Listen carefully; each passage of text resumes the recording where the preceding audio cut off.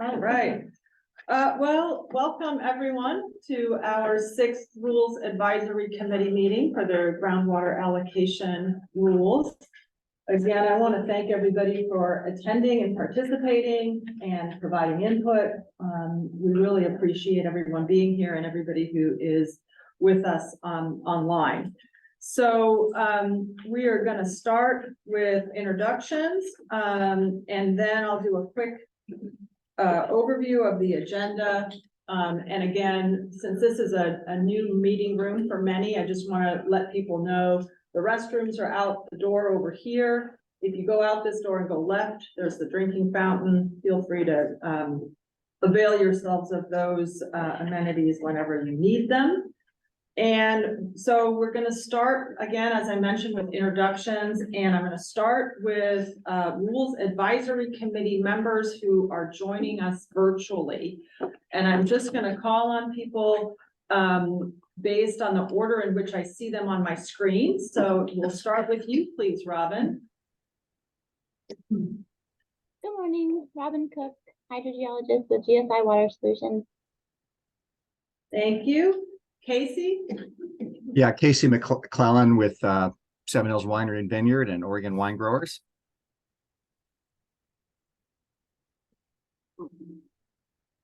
Lauren? Hi, Lauren Poor, Oregon Farm Bureau. Lisa? Hi, Lisa Brown, staff attorney with Water Watch of Oregon. Thank you. Kelly? Kelly Warren, Confederated Tribes of Umatilla Indian Reservation. Thank you. Phil? Bill Brown, hydrogeologist, Northwest Groundwater Services. Can you guys hear okay? Okay, are there any Rules Advisory Committee members that are joining us virtually? Oh, Sarah. Hi, Sarah Liliafelt, water rights attorney at Dunn Carney, and here on behalf of Oregon Cattlemen's Association. Thank you. Are there any Rules Advisory Committee members joining us online whom I have not called on? Okay, in the room, we'll start with you, please, Adam. Good morning, I'm Adam Sussman with GSI Water Solutions here on behalf of COCO, the Central Oregon Cities Organization. Thank you. Bill? Good morning, Bill Jager, Applied Economics at Oregon State University. Thank you. Zach? Yeah, good to see you all. Zach Freed with the Nature Conservancy. Thank you. Tammy? Tammy Wood, representing the Oregon Lakes Association. Thank you. Jen? Jen Hubert, Deschutes River Conservancy. Thank you. Jeff? Jeff Stone, Oregon Association of Nurseries. Thank you. Greg? Yeah, Greg Capellas with Pacific Hydrogeology, hydrogeologist and certified water rights examiner here on behalf of the Oregon Groundwater Association. Okay, thank you. April? April Snell, Oregon Water Resources Congress. Thank you. And in the room on behalf of the department, so I think you all know me, I'm Annette Lieb, I'm the Technical Services Division Administrator, and I'll next go to Ben, please. Ben Scandella, Groundwater Data Chief. I'm Travis Brown, hydrogeologist in the groundwater section. Dustin Iverson, I manage the groundwater section. Laura Hart, water policy analyst and rules coordinator. Great, thank you. So just to kind of do an agenda review, we do have extra copies of the materials that were sent out over in the room. You should have received an agenda, a meeting summary from our 5th meeting, revised versions of divisions 300, 410, 8, and 9, and we'll talk about why 400 is no, at least at this point, based on the draft that we have, is no longer at issue. You also should have received draft notices of the rulemaking. Did the fiscal and racial equity also get sent out? Okay, they're not in my folders, that's why I'm asking. We also provided copies of all the comments that we received prior to the time that these materials were mailed out. We did receive some additional comments yesterday that are not part of this packet, but are some better comments that we are and will consider. And then revised flowcharts. So those are the materials and they're available for anybody who's here in the room, over there on the tables. So just to do a quick agenda review, we're again gonna ask for feedback on the meeting summary. We're gonna talk about the revised draft rules, and as usual, we've got a PowerPoint presentation, and we will, as we walk through the PowerPoint presentation, strive to identify and talk about where comments were received and where they were incorporated and where they were not incorporated and why not, if not. And then we will have a break and we will talk about some of the follow-up items that have been identified during prior advisory committees. Those being aquifer recharge, aquifer storage and recovery, limited licenses and drought permits, and transfers. Those were the issues that we said we would come back to. And then we'll have your input, an opportunity for your input on the statement of need, the racial equity impact statement, and the fiscal and economic impact statement. We will have a time certain opportunity for public comments at 11:30, and we'll do RAC roundtable and wrap up with sort of our tentative schedule moving forward. Any questions on our plan for today? All right, with that, I will turn it over to Travis, who did the yeoman's work of putting together the meeting summary from our last meeting. Yep, so hopefully you all received the draft meeting summary from RAC number 5. If there are any corrections that you all noticed when reviewing that, I'd be happy to take them now, or you can feel free to send them to us later, I think. Questions or corrections on the meeting summary from the last meeting? Okay. Then we'll move on to the revised draft rules and turn it over to Justin. Okay. So let's see, as I've normally done when talking about the current iteration of the revised draft rules, to make sure that we remember our objective. The commission requested that we update groundwater allocation rules to be more sustainable and protective of existing water rights holders, both in stream and outstream. We talked last meeting about what sustainable means from our perspective and our interpretation of the commission's request, and that we took a look through a bunch of different proposed definitions and settled on using this definition from Gleason et al. That groundwater sustainability is maintaining long-term dynamically stable storage, by which we mean water level trends, and flows, by which we mean from groundwater recharge discharge areas of high quality groundwater. And there's a figure here that depicts a number of different types of management goals. The dynamically stable range is shown at the top here in this blue band, where water levels will likely move up and down over time with short-term climate variability, but overall they stay within this relatively stable range. So we'll get to that in some of our definitions about how we've gone about addressing that. Just an overall summary before we get into the rule language on the significant changes that we made between the last time we met at the 5th RAC and today. So we went away looking at the resource, which we discussed over several RACs, but hadn't had continuing conversation about. And in the end, as we were attempting to work that into waters available, we ultimately decided, that's not a necessary component to address reasonably stable water levels now that we've defined reasonably stable water levels. And so we decided to remove that from the definition of water is available in Division 300.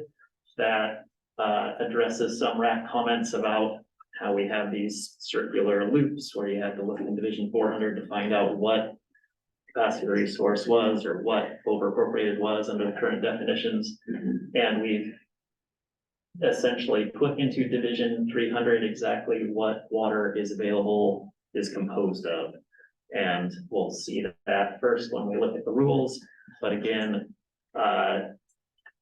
responsive to some discussion we've had in the RAC that we were hoping to have upfront at the highest rule echelon possible, a clear statement of what it is, what water is available. So we attempted to address that in an appropriate manner.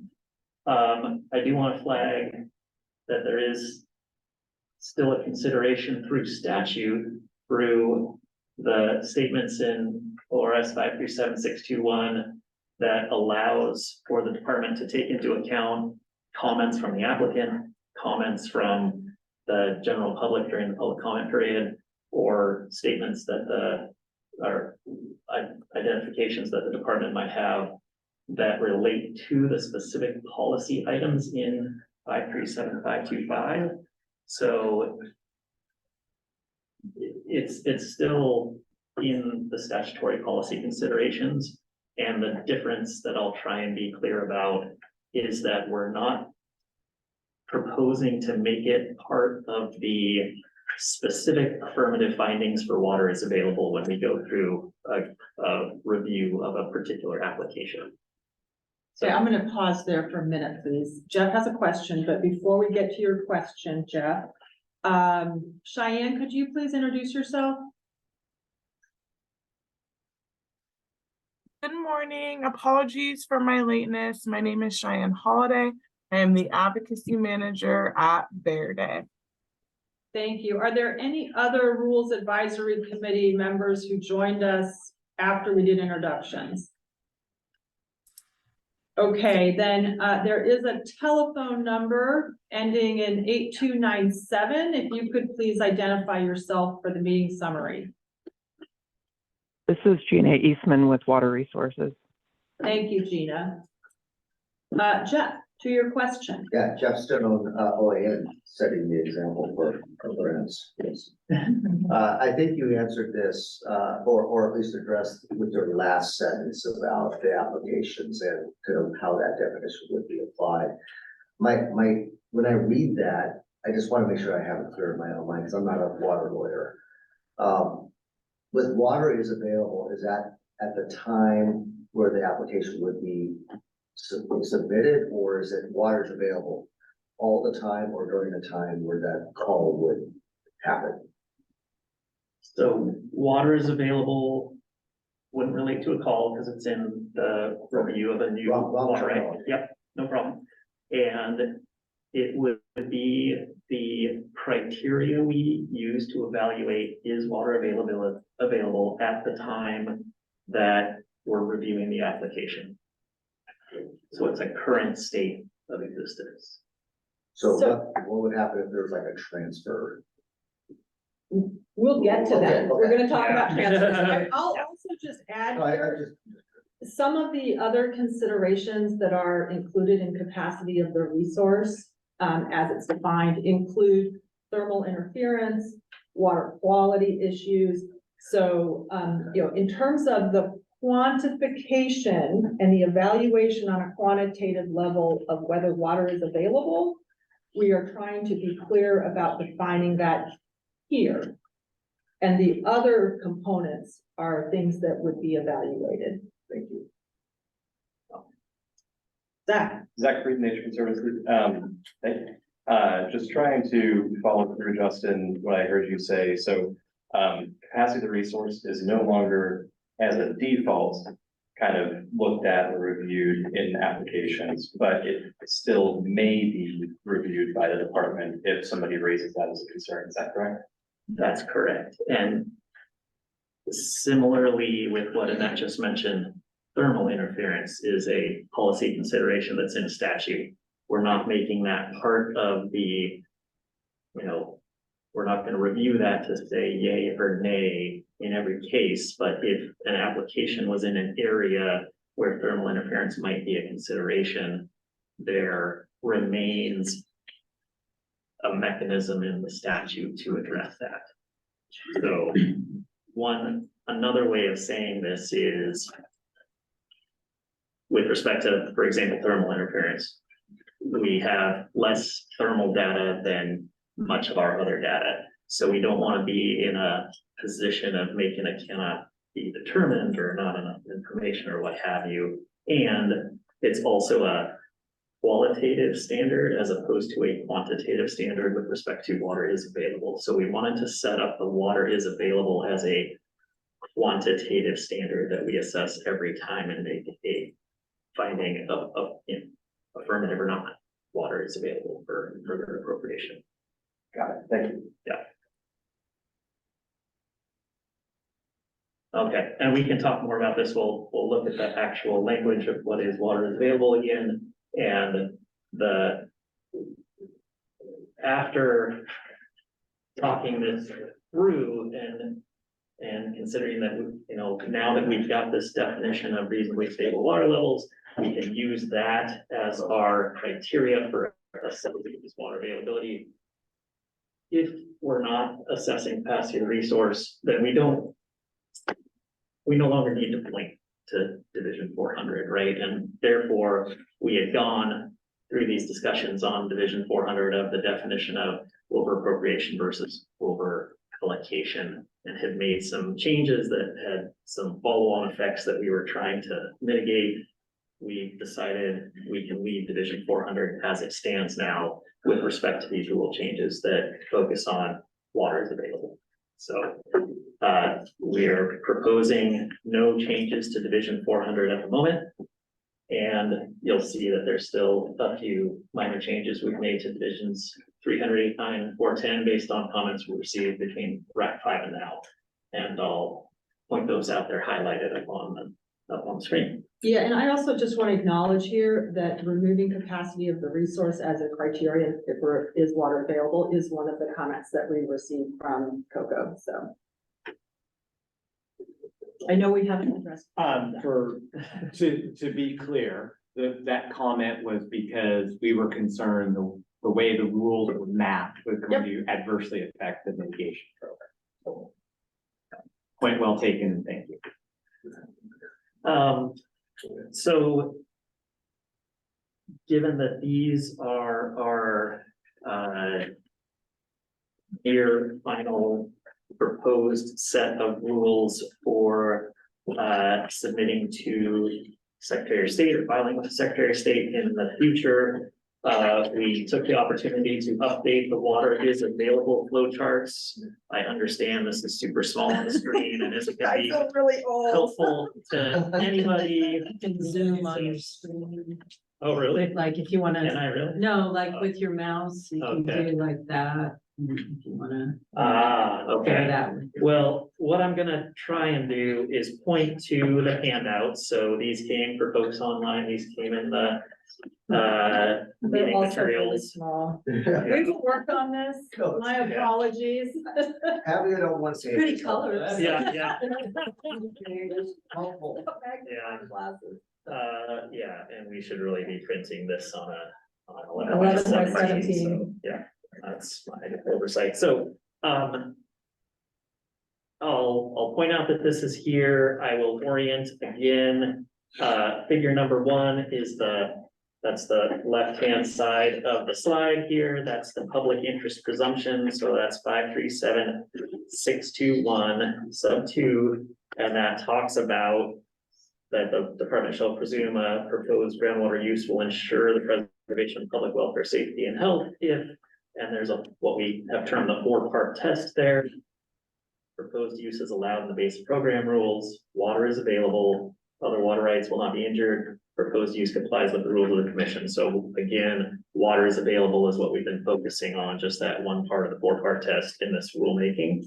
And then we've also indicated here, second to the last, I guess, line or echelon here, the ORS 537621 2B And that has the language in there that that I just mentioned on the last slide, that if there's comments, a protest, or a finding of the department demonstrating something specific in 537.525 isn't met, that can be taken into account too through that statutory process. Okay. And so I've circled figure, water is available, figure 2, that points you over to the really small print. This is set up similarly to how we set up the last iteration. Starts with division 300, definition of water is available, points out 3 columns or 3 parts of this definition and the specific questions that or criteria that are in each part. So far left, groundwater levels are reasonably stable. Down the middle, proposed use will not substantially interfere with surface water. On the right side is something new that we'll talk about here shortly. Total requested rate is obtainable by the proposed wells. So those are the 3 components that we're currently proposing for. Water is available, and we'll step through those in the rule definition next. And lastly, quick reminder of how to decode how we put up the rules. The black text is the current rule language. Red text is our proposed new or revised rule language for this rulemaking. Gray strike through is deleted language that we've tried to kind of push to the back to make it more readable. Yellow highlights are the recent revisions. So if you're going through and just looking what's changed since last meeting, the yellow highlights are to draw your attention there. So with that, I'm gonna do our normal thing and step through each of the rules. 300, 8, 9, 4, 10. Any questions before we do that? Or online? Okay. All right, so with that, we'll go to division 300 first. I'm just gonna flop these flow charts up at the beginning of each division to orient you to where we are. So again, water is available in the statutory term. Going over here to division 300, what does water is available mean? And I guess before we get there, we'll highlight that in going through and rereading these, we found a couple other housekeeping items. Division 15 was an old division for transfer rules that's been replaced by 380. So we struck out 15, put in 380.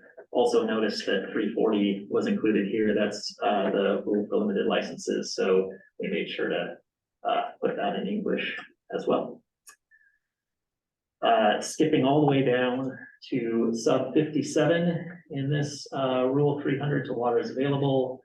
Again, did this change in the very first RAC. We took the existing definition, made sure that it was retained for surface water, and then added 3 sections for groundwater.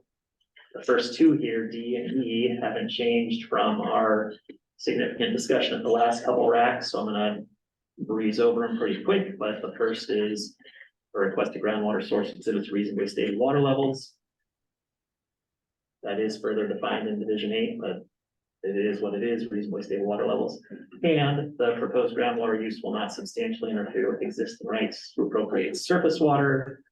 And we put in there, based on past discussion, that's as per the definition of substantial interference in division 8, the statutory term, and the rules governing groundwater interference with surface water in division 9, to make sure that we're pointing that through division 9, that we go through that assessment for a finding of the policy term potential for substantial interference before we get to the statutory term of substantial interference. Okay, no, pause for a second. Lisa, please go ahead and ask your question.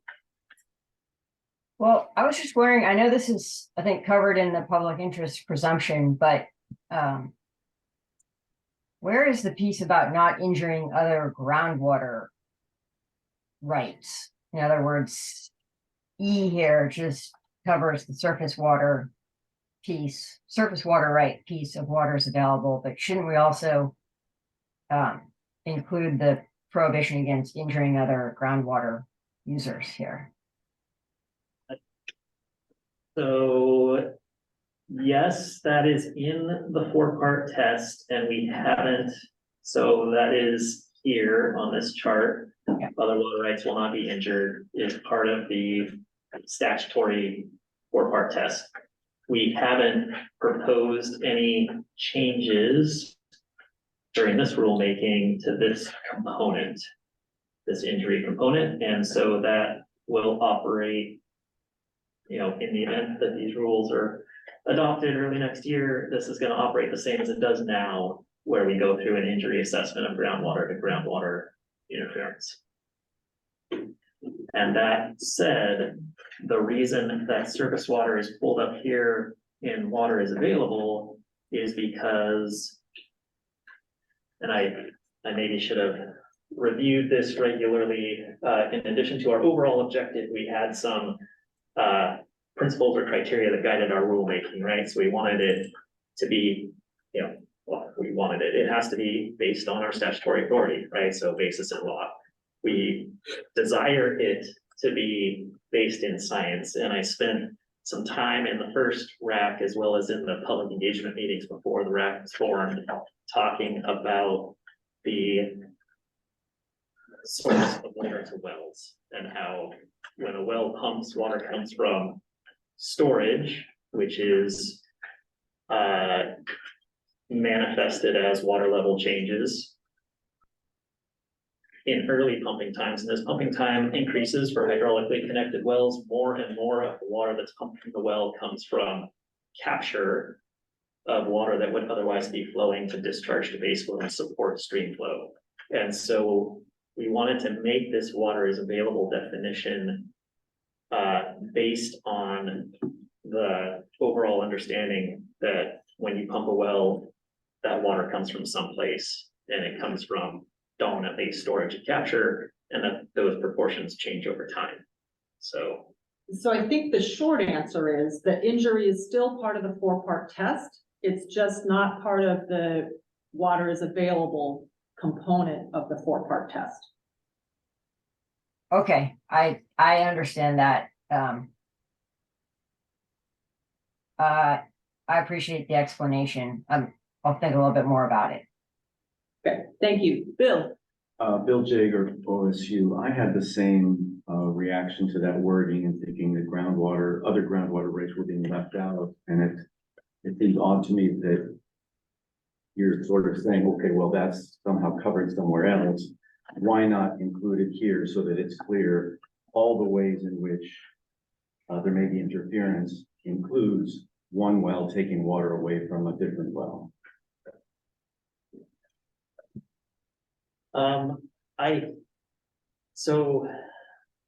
I would say that there's two things to think about with respect to how other wells will react to an additional future appropriation on top of all the other appropriations. So there's the year-on-year water level stability, right? We want to manage our groundwater resource such that we use water dominantly in the summer, dominantly for irrigation, but there's other year-round uses. But we use water when we need it, and then we have this climate cycle of, you know, a wet winter and a dry, hot summer. In the wet winter, we should see recharge that brings groundwater levels back up to a reasonably stable level. And so as a homeowner, I guess, or a domestic well user, or whatever, any other well user, you want to start, if you will, as we get into the dry season with water levels at a reasonably stable level. So that's addressed here, indeed. The second component is specific pumping interference, by which a new well will be turned on, it will create a cone of depression, it will lower water levels in its vicinity. And that is where we look at injury. So that's a seasonal interference. So at the end of August, when wells have been pumping as much as possible, what's the seasonal low? And in that case, right now, the way the rules read, and we haven't changed them, and we have gotten comments from the RAC, I'll acknowledge, and and haven't addressed them because we haven't been focused on the injury part. Right now, the rules say that we develop our groundwater resource to utilize the full saturated thickness. So at the end of August, early September, when there's the highest amount of pumping before wells typically turn off and we see water level recovery and rainfall comes and we get our dominant recharge, we want to use that full dynamic storage as long as it fills back up to reasonably stable. So I guess there's two parts to how a well can be injured, and one of them is here in water is available, and the acute seasonal interference is in the injury part. So you're distinguishing two dynamic, one, a short-term dynamic and a longer-term dynamic. Correct. And this wording up here is meant to focus on the longer-term dynamic. That's correct. But again, my question would be why that long-term dynamic and interference in the Harney Basin, for example, takes place between one groundwater right and another groundwater right. And that seems to be being ignored in this sentence. Yeah, I guess the why, maybe the simplest way to say it is because the statute lays out this 4-part test and they're separate in the statute and we're following the statutory. Justin, would it be fair to say that water could be available, but there could still be injury? Correct. So I think that's they're almost kind of, they're intertwined, but they're also kind of separate analyses in a way.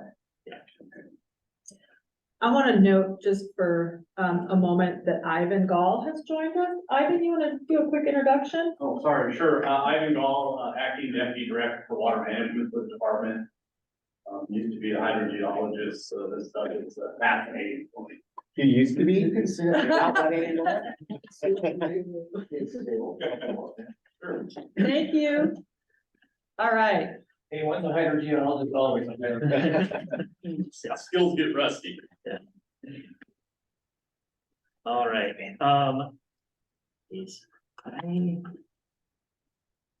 There were some, I don't know. Anyway, I'm apologizing. I'm gonna have to jump back and forth because the slides somehow got jumbled. So, okay. Next part of water is available, part F. This is where the change took place. So again, we had been considering the capacity of the resource. We decided not to use that as one of our criteria for water is available. And the one thing that we wanted to make sure we assessed every time is that the total requested rate of the groundwater allocation is obtainable by the expected yield of wells proposed in the application, given our best available information. So best available information is all of our well log database, as well as our understanding of the target formation or aquifer of the application. So some real world examples we've gotten in the past is an application for a CFS or multiple CFS from a marine sedimentary aquifer. And we know that the average yield of those is less than 10 GPM, and maybe a boomer of a well is couple tens of GPM. And so we want to make sure that we align the water right with the natural capacity of the aquifer. And we believed that was still a water is available component and something that we had previously put under the rubric of capacity for resource. So we pulled that out more specifically as a test that we would make on every application that we. Sarah has a question, and before we go to your question, Sarah, I have noted that Misty Buckley, who is a RAC member, has also joined us. Misty, are you able to introduce yourself, please?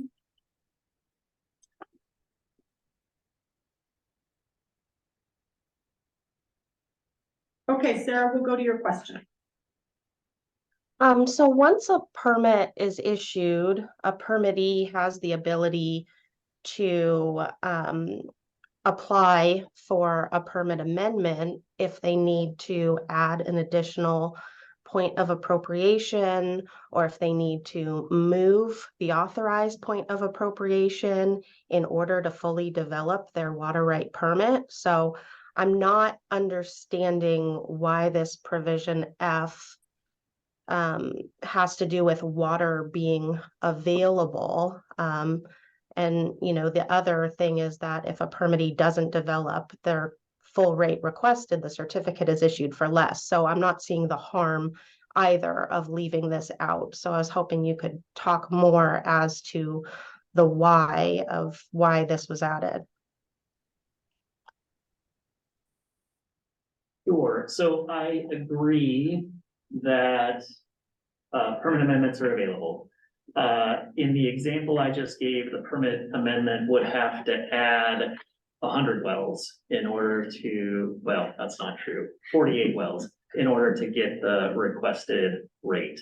And so in those cases where the aquifer just isn't going to sustain the requested rate, right? Like then we, if the proposal was for 48 wells, we would quickly get into this injury, this kind of acute seasonal injury that we just talked about. And that we believe is a water is available consideration. So, I acknowledge that, one well might not work out, and so a second well might be needed, or a change in location might be needed. That's fine, and we'll address those under the permit amendment or transfer rules. But again, from an availability perspective, we don't want to provide a paper water right for something that is not physically plausible. Well, the explanation you just gave goes to the capacity of the aquifer resource rather than development of particular wells. And I understand the extreme example you gave, but sometimes you just need a couple more wells because groundwater isn't great production in the area. And so I guess because your explanation had to do again with the capacity of the resource and not the specific wells in question and whether they could produce the water, I don't see this as being relevant. And, also an example of a situation may be where someone applies for a new groundwater right with an existing well. And we know that existing well only pumps a certain amount of water and it doesn't pump the full amount the applicant's requesting, but the applicant could be intending to do work on the well, could be intending to deepen the well or, make the well bigger, put a larger pump in. And so I think that this provision is too restrictive to encapsulate the extreme example that you're providing, and you're concerned that there would be an impact on the water resource as opposed to limitations of development or construction of particular wells. Thank you, Sarah. We'll note that and think about it more between now and the next iteration. Thank you. Right. Yeah, Greg Cabillas, Pacific Hydrogeology. I want to kind of piggyback on what Sarah was saying. I mean, on the face of it, this seems sensible. It makes sense. I would say prior to about 2 or 3 years ago, when we were preparing an application for a client, we would just apply for basically the maximum rate that the department would issue, based on the number of acres proposed, 180 of the CFS per acre, regardless of, the capacity of the wells, unless we knew that the aquifers just, we're not going to produce much at all. But we find that sometimes, you drill a well and it makes a lot more water than you expected it would, especially if it's in an area that hasn't really developed. Maybe don't have a lot of wells nearby to judge that on. And back then, I think the department, took the attitude, the hydrogeologists in the groundwater section, it was like, yeah, that's okay, because we know that when it comes time to prove up on that water, right, ultimately the amount of water that's issued for that certificate is going to be based on what the water rights examiner can demonstrate is the capacity of the system. So if the wells don't produce enough water to meet the full allowed rate, then the certificate will be limited based on the actual capacity of the system, if it's less. Kind of the way that was addressed in the past, and then sometime in the last, I would say 2 or 3 years, we noticed in groundwater reviews that the department was saying, oh, well, we don't think that your wells are gonna produce enough water to meet your requested rate, so we're gonna say, not available within the capacity of the resource. So suddenly then that forced us to then, kind of revise our applications to come up with a number that the department felt was more sensible. But then, to address Sarah's comment, that doesn't account for the fact that, well, the water may be there. And there may be, it may be abundant in the aquifer. It's just that the formation itself is such that it doesn't yield water in the wells at a higher rate. And so, then if the applicant wants to develop more water may be there, just means that they have to drill more wells. So yeah, I said on the face, this seems sensible, but it does, I think, present some problems. Okay, thank you for those comments and that input. Any other comments on this proposed change? Okay, let's move on. All right. So in this RAC, again, because this is supposed to be our final RAC, I'm gonna have a slide at the end of each of these divisions that gives a wrap up of the major changes from the existing process that's in place today and the proposed process that would be in place if these proposed rule revisions are adopted. So today, the rule says that water is available if the requested source is not over appropriated. Then we have to go to Division 400 to find out what that means. That means that, paraphrasing, allocation is less than the average annual recharge and doesn't further deplete over appropriated surface water. And in addition, we look at whether the proposed use is within the capacity of the resource.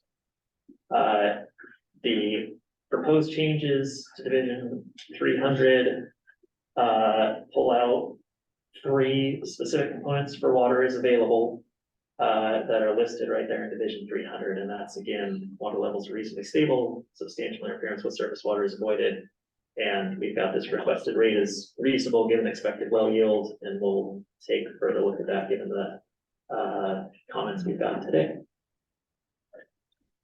Go ahead. Adam Sorry. Sussman on behalf of COCO. So just so I understand, so under the existing rules, proposed the capacity of the resource is still one of your review criteria for, say, an application that you would review today, tomorrow, or until the new rules are adopted.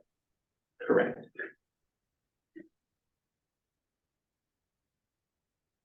Okay, and then we'll move on to Division 8.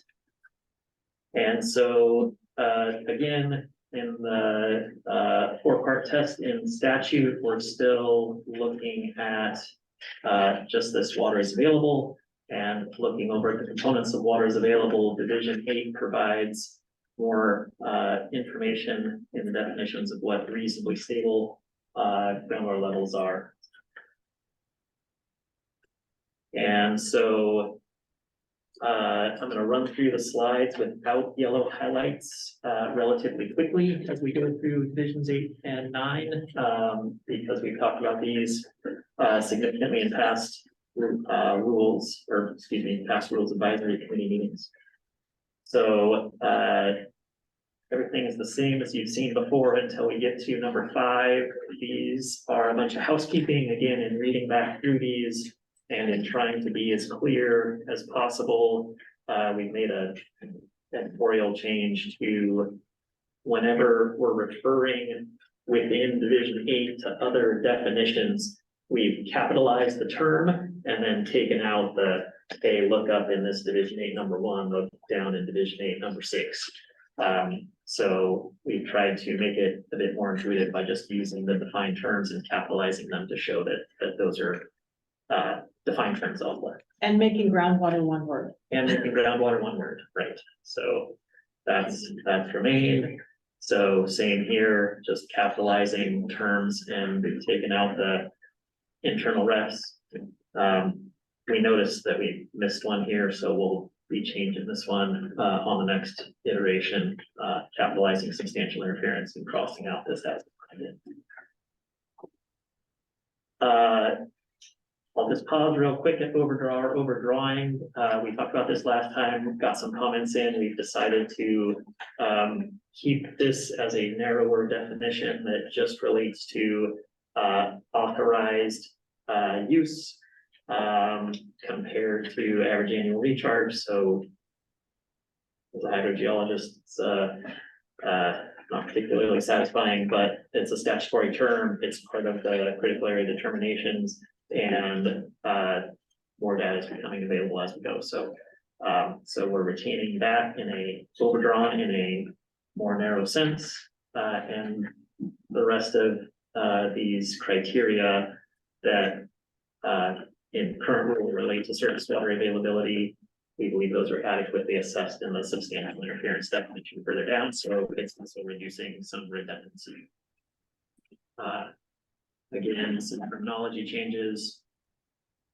And reasonably stable groundwater levels. We had some discussion last RAC about the minimum amount of information needed to make a assessment. And so sorry, I think that again these slides got slipped. So in part A here, we've gone from 2 points to determine a line to 4 points within a 5-year period, determine some trend or variable trend within that point in time. So we've upped that by a couple. The duration over which those data need to be collected is the same. That's a significant change there.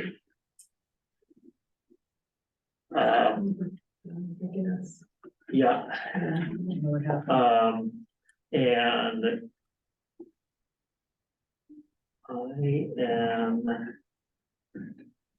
I guess that we also based on conversation simplified a bit with respect to basic program rule definitions that might supersede the statewide definition of reasonably stable groundwater levels. And we specifically wrote in the criteria for declining excessively 3 foot per year or declined excessively total of 50 feet or 15% of the greatest known saturated thickness, whatever smaller, and put those specifically in the rule as opposed to making the reader jump back and pick out bits and pieces of those declined excessively and excessively declining definitions.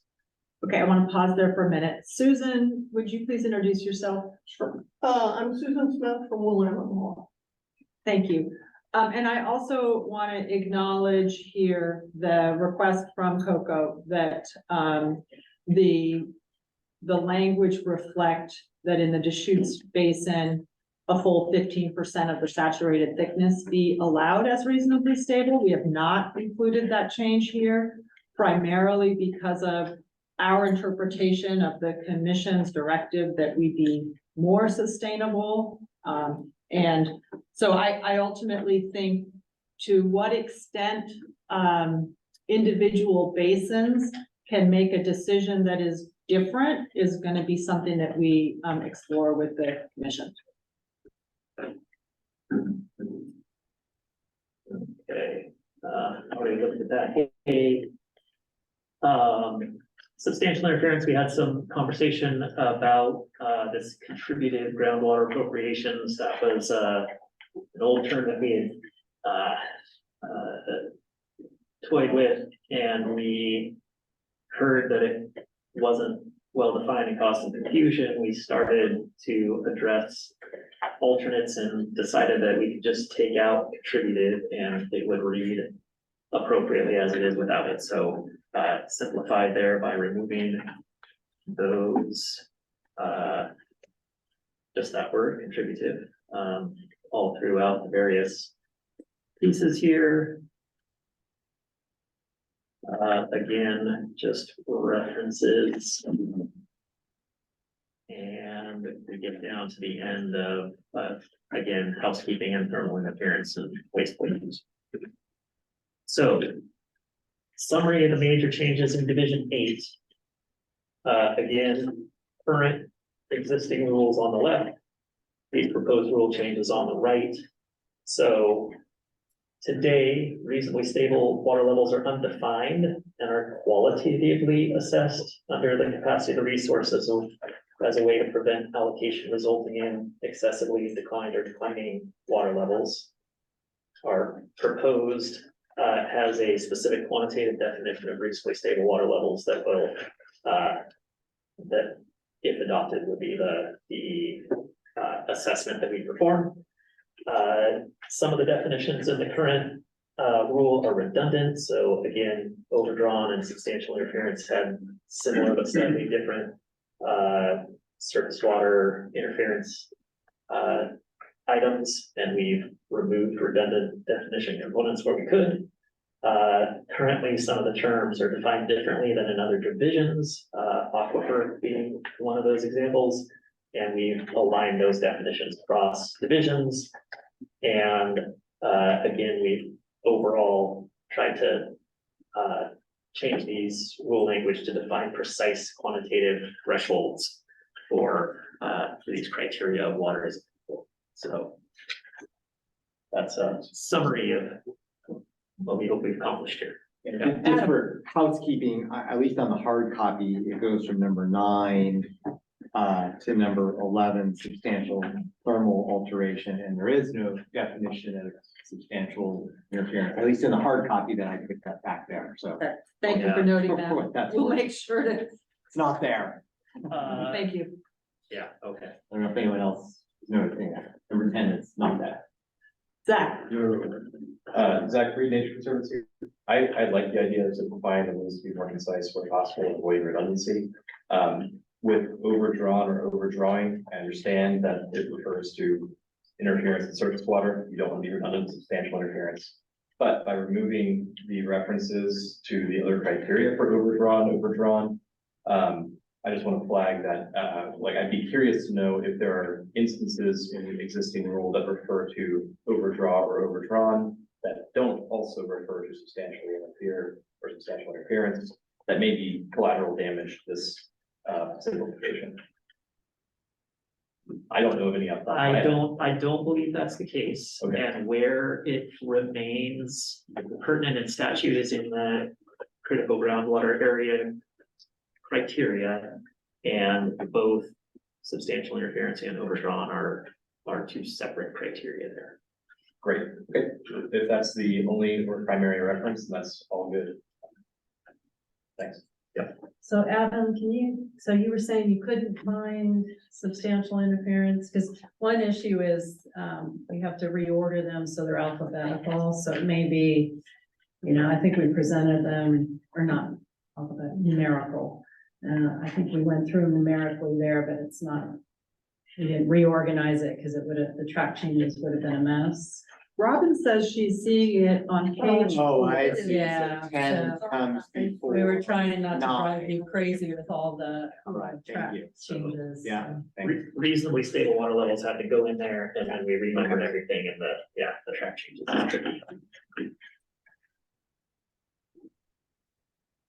Okay, moving on to Division 9. I'm sorry. April and Thank then you. Greg. Question, and I apologize if this has been discussed, but I have lots of questions actually, but one of them is around this new definition of reasonably stable water levels. Where else in rules does the department use that term, and how is this one different?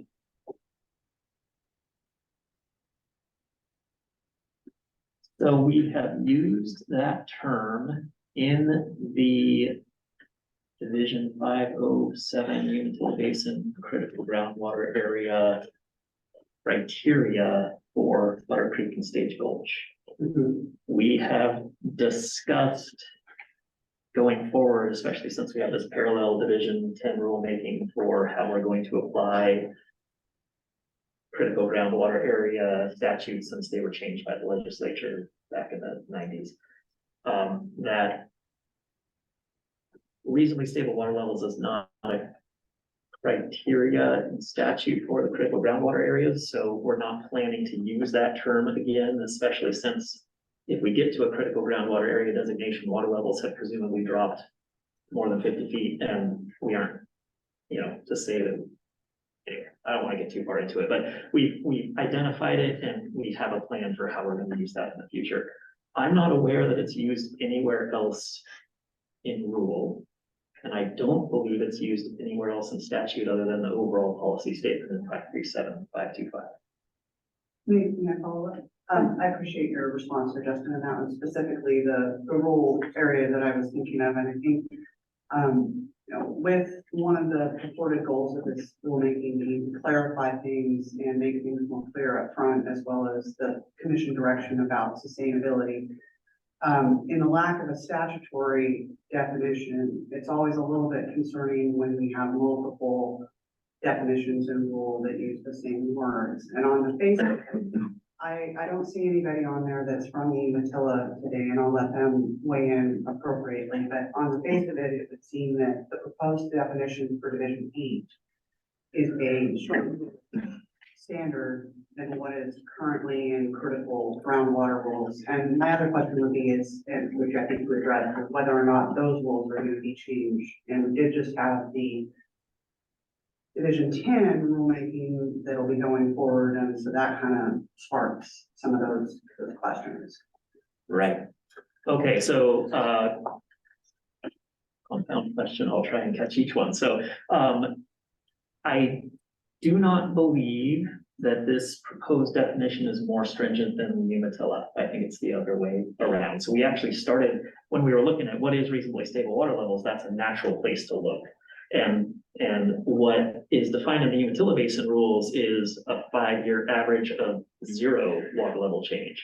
So even if these rules became law, there's this provision that basic program rules can override them, and it can't be more than excessively defined. So it's not exactly mapping 1-to-1, but I think there is a reasonable provision in there. I'm not aware, and I don't advocate that we have plans to change the Umatilla Basin rules just to clean that up. But if and when we open up the rules, we would likely try and choose some other term to clean that up if that's possible. So did I miss something? Yeah, no, I think the potential applicability would potentially keep those things separate, but as other folks who do legal stuff know, what becomes stated in one area can often be used to try and make an assertion in a different area, and just the terms that are used in both of those areas for that reasonably stable. There's just some differences there that try to be questioned. Yeah. Okay, thank you. Greg? Yeah, Greg Capilla, specific hydrogeology. I also have a question about reasonably stable water levels. Can somebody from the groundwater section explain that when you are going to be reviewing water level data for reasonable stability, how will you also account for changes in annual precipitation?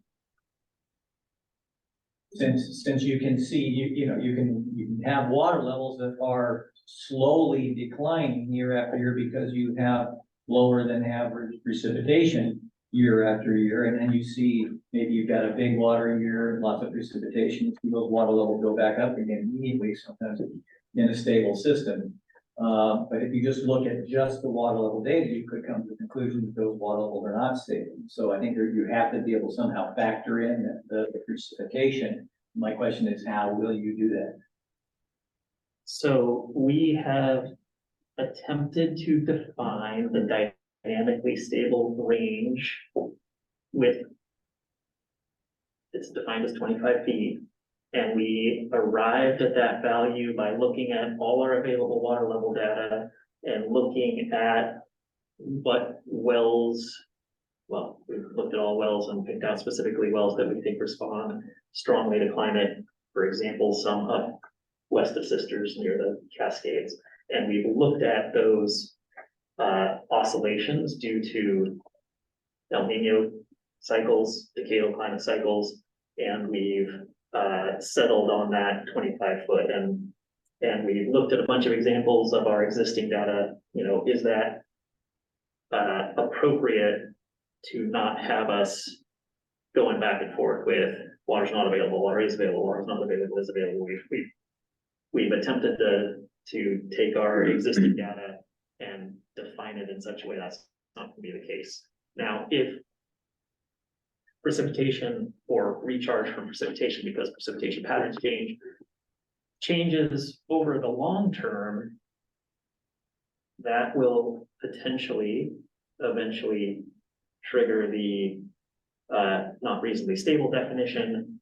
We talked last RAC, I believe, about how that somewhat addresses other comments we've got about taking climate change into account, and we have chosen not to do that specifically because that's an unknown future state. I mean, we know what the trends are going to be, but what the actual implications for the groundwater level is going to be is more murky, and that's a way that is addressed is through, again, having that threshold of historically 25 feet encompasses the dynamically stable.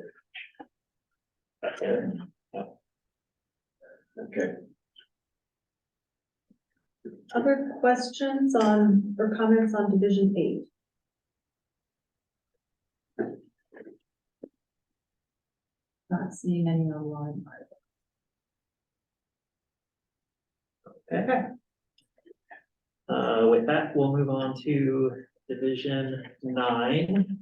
Again, an orientation on flow charts. Water is available. Second part E, that we're not causing impacts to already over-appropriated surface waters. Again, I'm going to skip through and just touch on some of the changes we made. One that's going to come up over and over is that we had the term. I'm sorry to interrupt. Sure. Casey, did you have a question or comment on Division 8? No, this is on 9. Okay. I'll let Justin I'll let Justin proceed, and I'll ask my question when he's done with Thank it. you. I just noticed your hand was up, and I wanted to make sure we weren't moving on.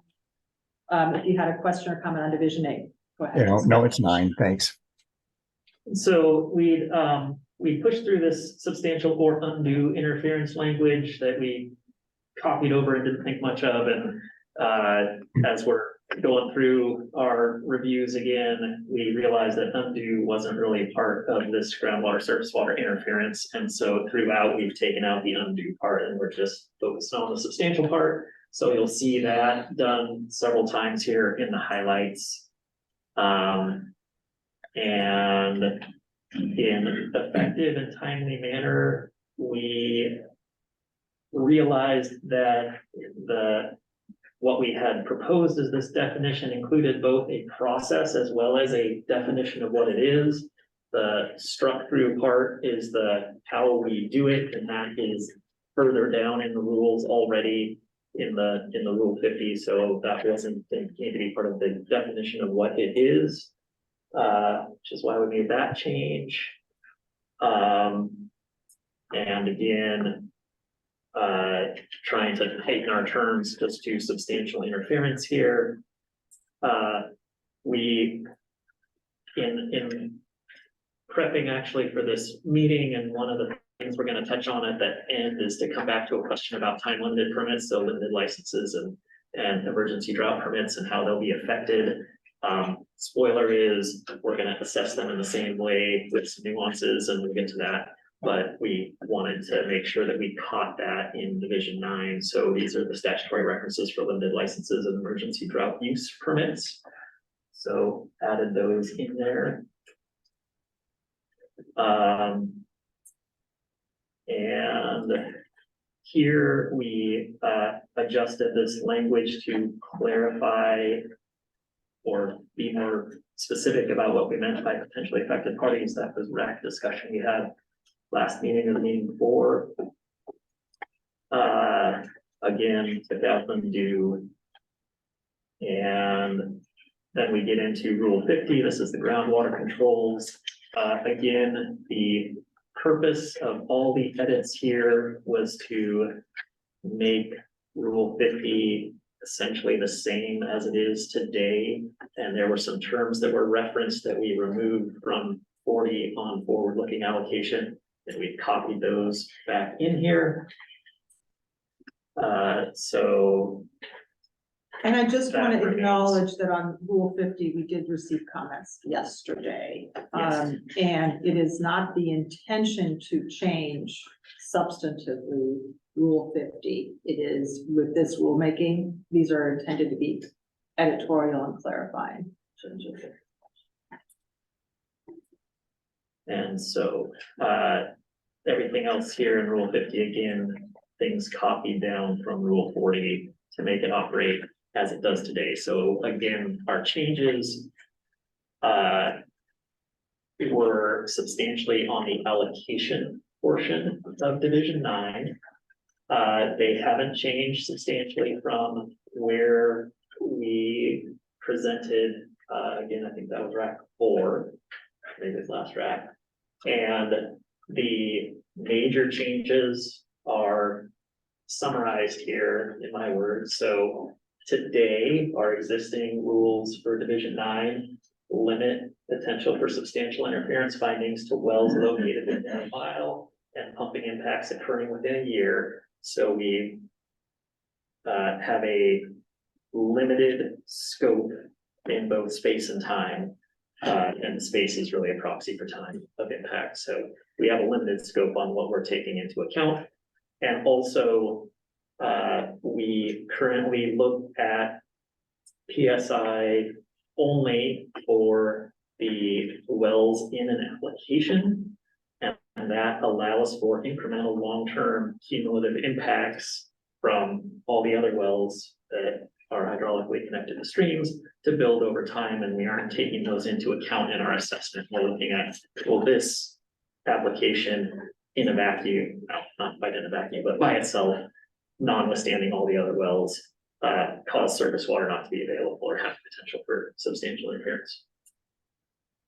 In the proposed rules, we've expanded the time over which we look at impacts from essentially within a year and short term to over the life of the water right, which is essentially not time limited because water rights are forever for the most part, or that's the desire. And so we've defined PSI as occurring where hydraulic connection exists with a surface water source, regardless of the timing or magnitude of impact. Or another way of putting that is we're assuming that the time to full impact of surface water will be met at some time over the life of the permit, and therefore we're assessing the full impact of the permitted groundwater source into the future. And we have redefined to some degree substantial interference in Division 8. So Division 9 is just when will there be the potential for substantial interference, policy term. And to understand whether there's actual interference, we look to Division 8 on the definition of substantial interference.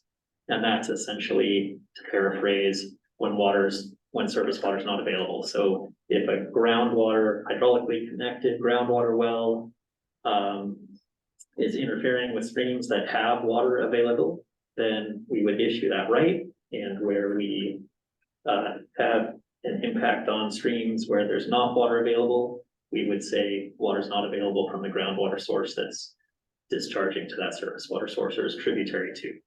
And as Greg's pointed out, most surface water is over allocated. So that would essentially make hydraulically connected groundwater availability equivalent to surface water availability in the basin.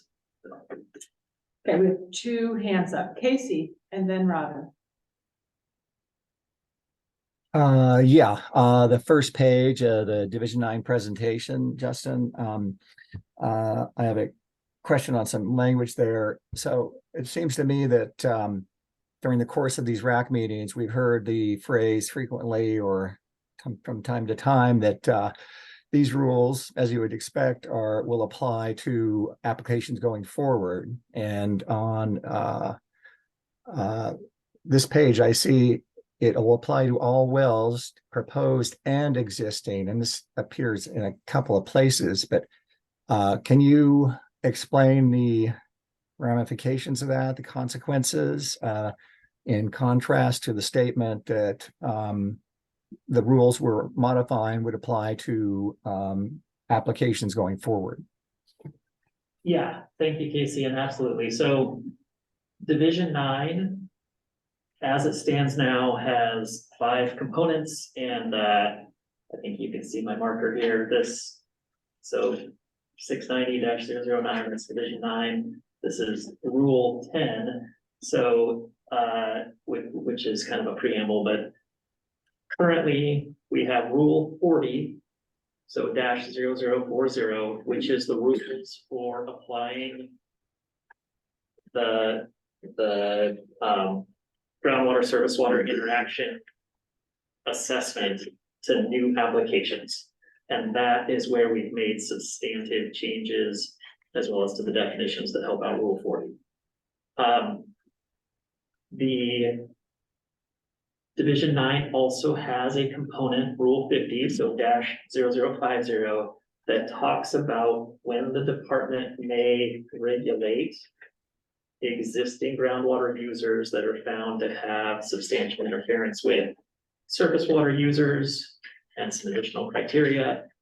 And we have made changes to that Rule 50 only to keep it the same as it is today. So because we made some changes to definitions, Rule 40, and because we didn't want to have ramifications beyond the application to allocation, we made some changes to that last component. But they're intended to keep it working as it works today.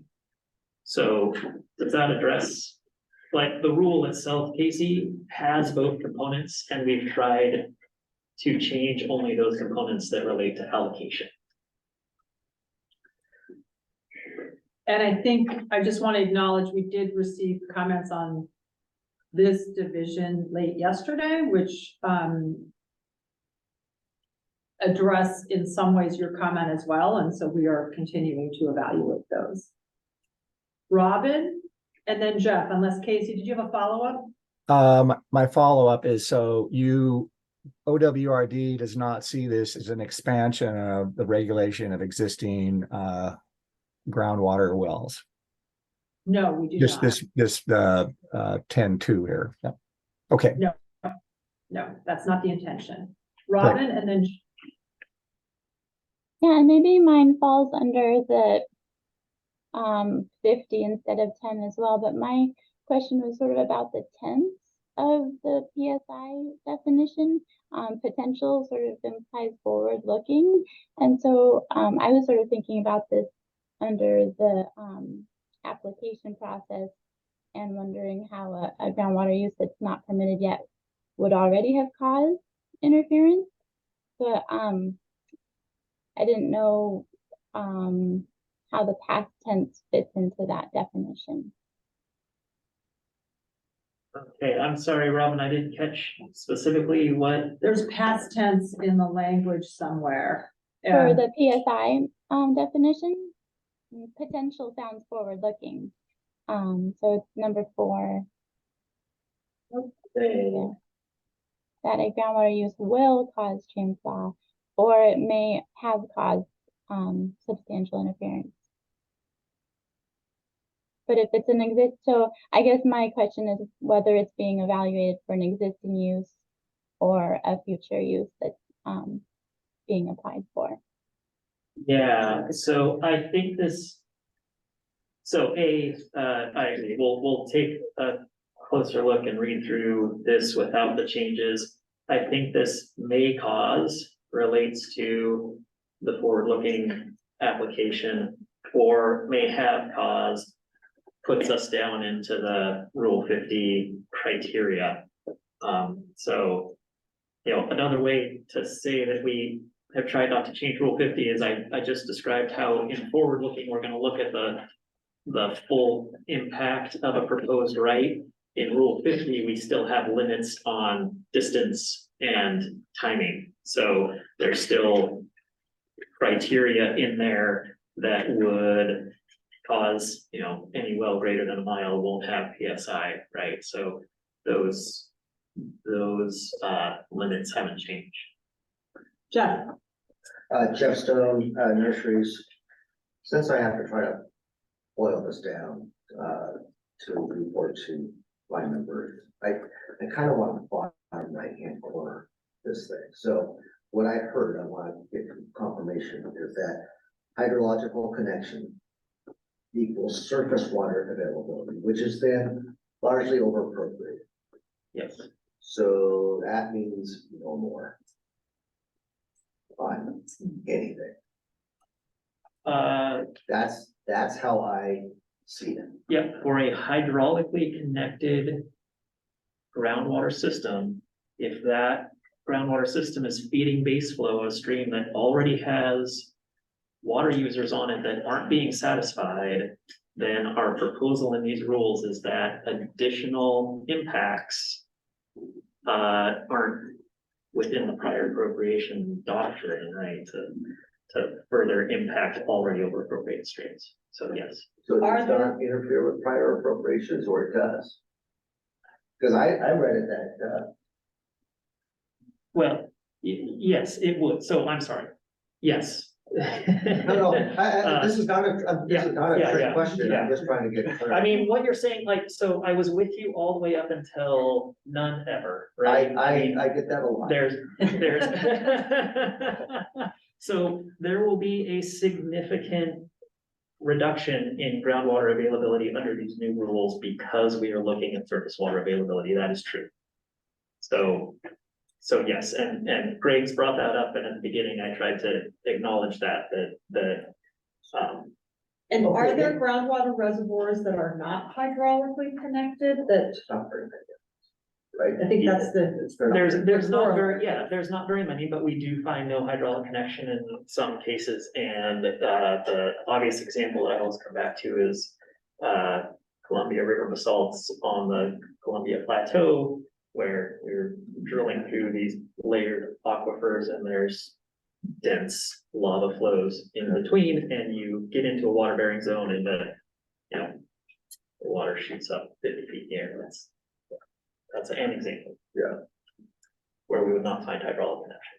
Just want to put a flag in that one, that is the major source of our consternation on the rulemaking in and of itself. Yeah. But in terms of the long-term viability of agriculture, especially nurseries who are very water dependent, if the rules change with their seasonal water rights, that's problematic. So the rule that was more editorial. Yeah. Okay. The rule change won't affect senior water rights. Other than protecting. Right. That's Adam and then Zach. Yeah, Adam Sussman, GSI on behalf of Cook. I think other people know this, and I've said this before, but just to add on to what Jeff's saying, there's not only when you have PSI, will the department look at the surface water availability, but that could trigger other rules as well, such as additional public interest review under Division 33. So, hey, there's PSI. You might even have a stream that has water availability, like the Willamette, maybe. But then it will go to ODFW and DEQ for their input. Yeah. For additional limitations. So I mean, that's not editorial, just in terms of the process, that's how it works. And I want to make sure people understand. Zach and then Greg. Yeah, Zach Fried, Nature Conservancy. I think one of the things that I'm really hearing from this rulemaking is that the science is telling us that for decades based upon Scandell and Iverson and other references like site code others. And Times, recent New York Times article, for decades, this allocation as is currently in place has been injuring unintentionally senior surface water right holders. Based upon declines we've seen in groundwater levels across the state, which really means to me that, yeah, maybe right now the amount of surface water availability is limited, which might limit the amount of groundwater permits, new future groundwater permits in the future, but this is way more protective for senior water right holders that already exist. And so to prevent injuring additional senior water right holders that beyond those who have already been injured, this is a big change across the state, but it's an important one to do. And as I think what I wanted to say is basically what Ivan said, but more succinct, which is that instead of injuring existing water users, these rules would be more protective of existing water users. I feel like that's an important bottom right corner message to carry. Thank you. Greg? Greg Capella, specific hydrogeology. You know, I've said this before, and I spoke about it at length in the comments that I submitted on behalf of the Oregon Groundwater Association most recently. You know, the reference for water availability and the surface water sources is the WARS system. Actually, that's redundant. It's just WARS. I think that's a serious flaw in this whole thing, because I don't really think that WARS is an accurately depicts how much surface water we have available.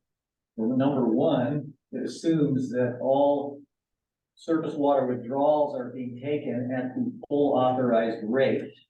I mean, I think they're accounting for consumptive use. Yes, it does. But nevertheless, they're not factoring in the well-known and well-understood fact that, and especially I think in the Willamette Valley, I'm talking about, you know, where, you know, lots of different things are being grown, but almost nobody irrigates and uses a full 2.5 acre feet per acre. Nobody. 1.5 acre feet per acre is typically the maximum.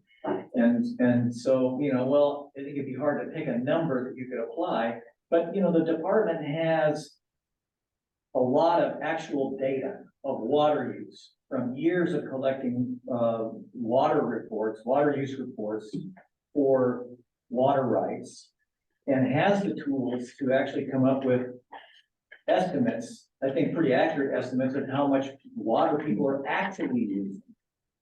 And so I guess I just feel like, you know, we're depending on this what I think is a terribly flawed WARS system, you know, to determine whether or not water is available in the case of a hydraulically connected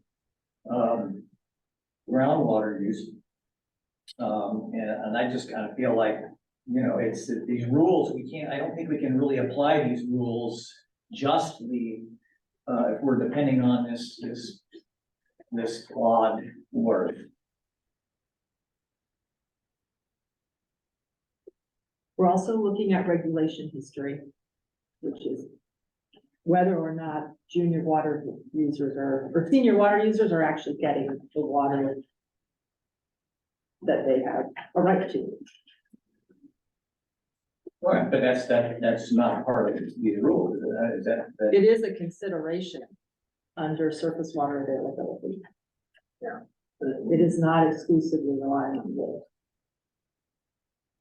Where is that in the rule? I mean, I know we talked about that earlier about all kinds of stuff, but I thought some of that came out, so. I think it should be there, Division 8, substantial interference. And there are, I think, 5 criteria, capital A through E.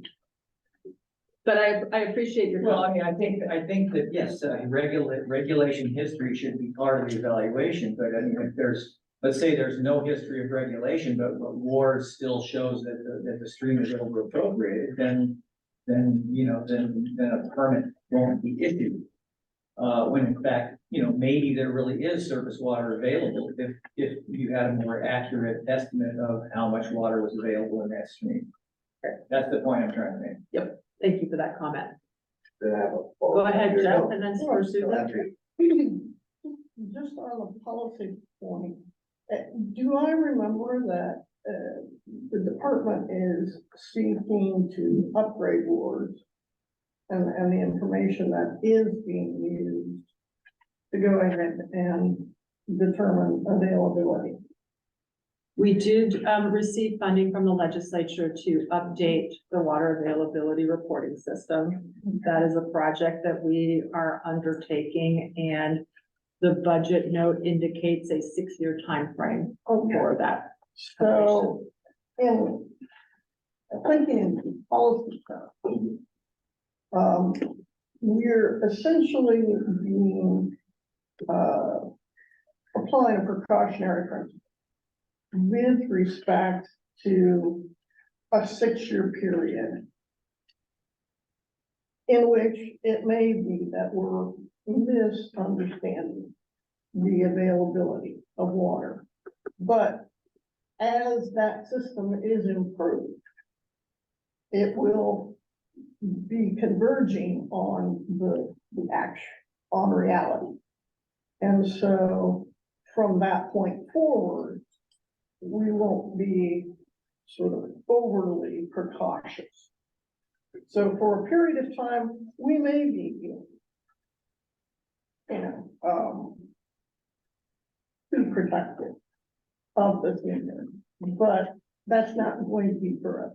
I appreciate your choice of the word may, because there's a lot of components for the water availability reporting system that will be reevaluated.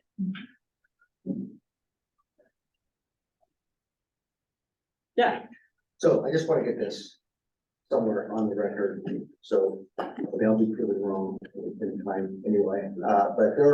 We've recently done a lot of tours with legislators, which I would invite anybody from this group when we do a tour, that especially deals with water. I'd welcome you to come out and see what the nurseries are doing. Thank you for that. I mean that genuinely. So let me give you an example that there are, we were out at Bountiful Farms, for example, out in Woodburn. They've done a lot of investment in becoming more efficient to go to drip irrigation. They've changed their production methods so they could share the water resource more plentifully.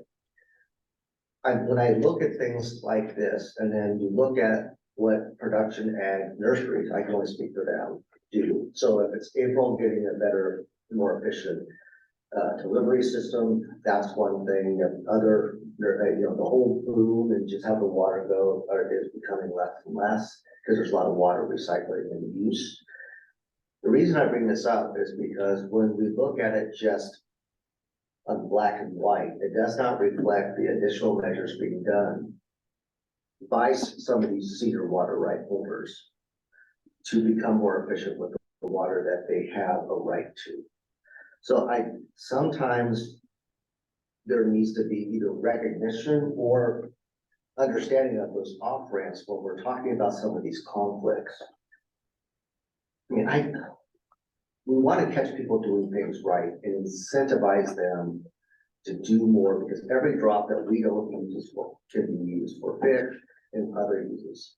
So I say this because I have a lot of folks who are senior water right holders, right? So yes, if we just protect senior water right holders, I have delivered for my membership. But I look at this issue, a lot of our Aggies look at this issue more holistically. We want to try to prevent water. But when I see some of these, how I process some of these rules, all I see is that we're loading up the gun. Because it's going to look like a moratorium. And so I just urge caution here. I will have our comments when we finish this about constructive ways that we can evaluate data. If yours is substandard, let's fix it, right? Or if that's not the right thing, let's find what else is there that can have some assuredness, both on the environmental side, the home building side, and the ag side, that the data is real. I would also say it's why you can't measure it, then I'll be quiet, I promise. with climate, you are not going to get the snowpack to all of a sudden come back. So that slow release is not happening. Again. So how do we deal with it with precipitation, and how do we kind of figure out how to store water? How do we figure out how to serve multiple needs with a change in the way that water is entering the system? I just think that sometimes in these, this rule was presented as a very small slice. We're missing the forest for the trees. Right, or the trees for whatever we're in the forest. Let the record reflect it accurately. But that's, I just raise that as something that when we look at problem solving, we look at how can we become more efficient. And I just think that sometimes that's lost in when we look at these as old calculated rules. Yep, which will give your members opportunities to transfer what they're not using to other users. Yes, but the transfer statute is a hot mess because you have crappy DA, the DOJ opinions on it. Okay. So I also. That I will say to her and to. It's something to do. So, okay, did you have a comment, Zach? Because there are a couple RAC members who made comments in the chat that I want to ask them if they want to share with the group. My team is fast. Go ahead. Jeff, I just wanted to say that I think I agree with a lot of what you said about increasing efficiency, to make sure we incentivize good behavior. Totally on the same page. I think these rules kind of do that in the sense that if water users can effectively and efficiently use water such that the groundwater levels stabilize, and we see the evidence of that on the ground, that means that water levels are stable, with reasonably stable water levels. And in cases where surface water is over appropriated, maybe that doesn't achieve new future groundwater rights, but it does secure more sustainable, more secure water for the surface water right holders in the basin that are directly affected by that. So I think those benefits really do still exist, and I think do manifest in this. I agree with you, brother. I think that recognizing that in my mind, it's still a moratorium on new groundwater. Currently, the transfer statute doesn't allow a lot of operations to fix that part of the problem. And the only way that you're gonna get new water to different parts of a farm is a transfer. Then, you know, if they don't have that ability, then it all becomes this. It becomes about the moratorium. And that's unfortunate, so that we can have a different narrative. Maybe we should do an op-ed together. Maybe we should. I don't think this is a moratorium if water is available. Okay, Casey, did you want to share your comment in the chat? Oh, my point was just that the historical water reporting, maybe it's not so reliable as a data source. I think it seems to me it's improved, the last 10 years. But if you're looking back in the 80s and 90s, a lot of water use would probably be missed, is my position. Thank you. Lisa, same question to you. Did you want to share your comment? Oh, yeah, just briefly for people who can't see it. It was along the lines of Casey's, which is just, to the extent people are uncomfortable with the SWORS data, I think that just speaks to the need for a comprehensive measurement and reporting requirement for all water use. And I would hope we could get there as a state sooner than later. Thank you for that comment. April. Did we get to all the ones in the chat? We did. Okay. Just a few thoughts, and as Jeff is also planning, I will also provide more robust formal comments. But I think just in the effort of the group dynamic and being clear with things I'll say further, I've commented and others have about this rulemaking occurring during legislative session when at least half of the representatives were actively involved in that. And I think that lack of opportunity for the people who are most impacted, which is all of us, not being able to engage wholeheartedly is a disservice to the process. And I think if the I would not describe this to my members as being something that will protect them as senior water users, because I think that would only be a sarcastic statement, if I'm being honest. I think if that is the goal, that we need to have further discussions about the issues that have been raised. And I do think that, as have been brought up by different comments, the need for additional data, as well as how that data is housed. Irrigation districts are already subject to annual water measurement and reporting, but we've talked over the years about how that can be enhanced in systems. I think for those, there's only a few of us that have been around for all of the decades in which these issues have come up, but the SIG pods program, different things that the commission has articulated in the past that would enhance the available information we have about both groundwater and surface water. That really seems like those efforts need to be in front, and instead we've got the cart kind of racing down the hill, and there's a lot of terms in here that would seem to apply to existing water uses. And I will acknowledge that for the members that I have, most of them are relying on surface water uses and are senior water users, but we are all water users.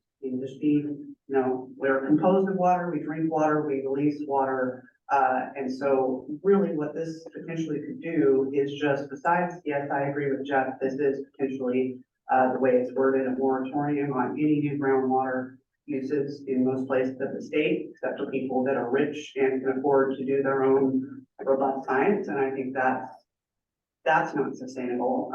But the other part of that is that people who are relying on groundwater and wells, whether that's a primary or a supplemental source, their inability to use those sources or to develop them further is simply going to put more pressure on other resources. It's not like you can just say, oh, well, we're going to stop growing food, or we're going to stop investing in our economy. And these water uses are key to that. And I think Jeff touched on it, but water uses are not homogeneous, and places in the state are not homogeneous. And I think there's some language in here that goes away from being more clear and makes measuring stick more nebulous to people who both have existing uses that they've invested in, as well as those that are looking at investing. So again, I want to reiterate that I don't think these rules are ready for going forward without further discussion and investigation of some of the issues that all of us have raised. So thank you. Thank you. Lauren? Hi, yeah, I just want to sort of piggyback and reiterate everything that Jeff and April has said. And then I also want to say that as we talk about, or at least it comes up, measurement and reporting of all water users, I will say that currently one of the biggest issues we have is that conservation is not, our system doesn't incentivize conservation in that way, so that in a measurement reporting system where water users are having to report everything all the time, we're not inherently incentivizing that in an easy way. And we saw some bills this session that kind of helped move that needle forward, but we do have a lot of discussion still left in the policy area to incentivize water users to report conservation on an annual basis when they're doing that, and not have to risk losing their full water right when they do. And so I don't think that, I know that there's a lot of history on the discussion of measurement and reporting, and a lot of sort of pointing fingers back and forth on who's sort of dragging their feet on being willing to measure and report their water use, and for varying reasons. But I do think that moving forward, the discussion also needs to be that while I don't want to change anything about what our water, how our water right system is, but I do think that we need to make sure that when we do have a measurement reporting system, that if a water user is conserving, there should be no penalty for that. And we need to make sure that that's abundantly clear for our water users. Okay, thank you. Any other comments on this discussion?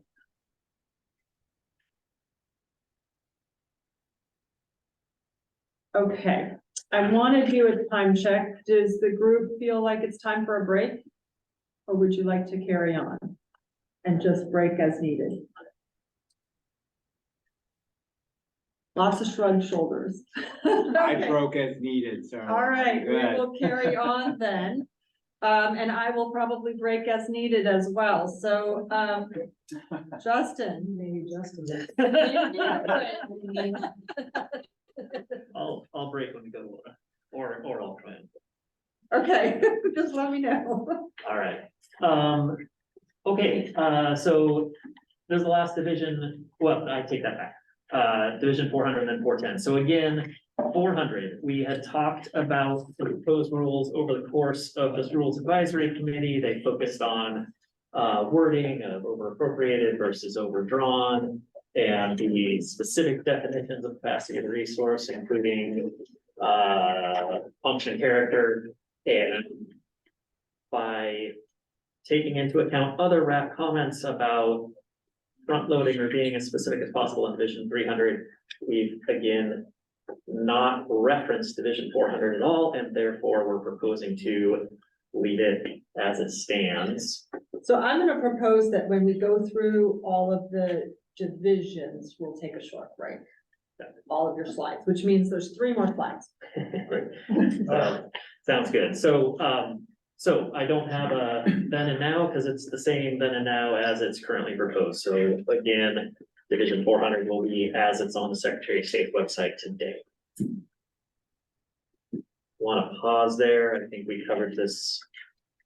during Not Division seeing any 300. comments in the chat either, so go ahead and carry on. All right, so Division 410, we did make one change. So first of all, I'll say, I think getting in what April might have brought up, we had previously proposed some changes from over appropriated to overdrawn because we were trying to separate out groundwater and surface water and keep it all operating similarly. We've largely reverted all those back. And so, for example, in our water allocation policy, you know, we've left it as it is, that we're gonna protect from over appropriation, and for that, we have to look at Division 400, which relates to this, but in the policy, we think that we are meeting the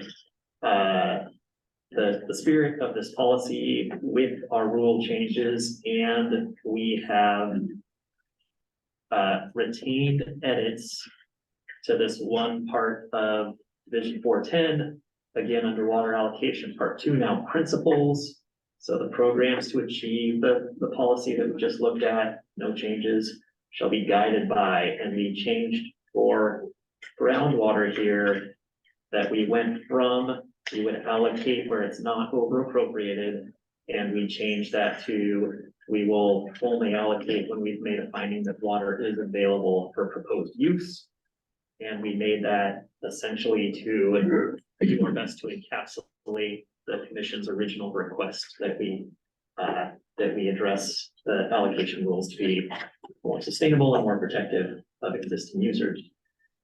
And so the existing versus the proposed, again, it's I guess a change in viewpoint where we're gonna issue, if the groundwater source is not over appropriated, to our proposed language, we're gonna issue only when water is available from the requested source.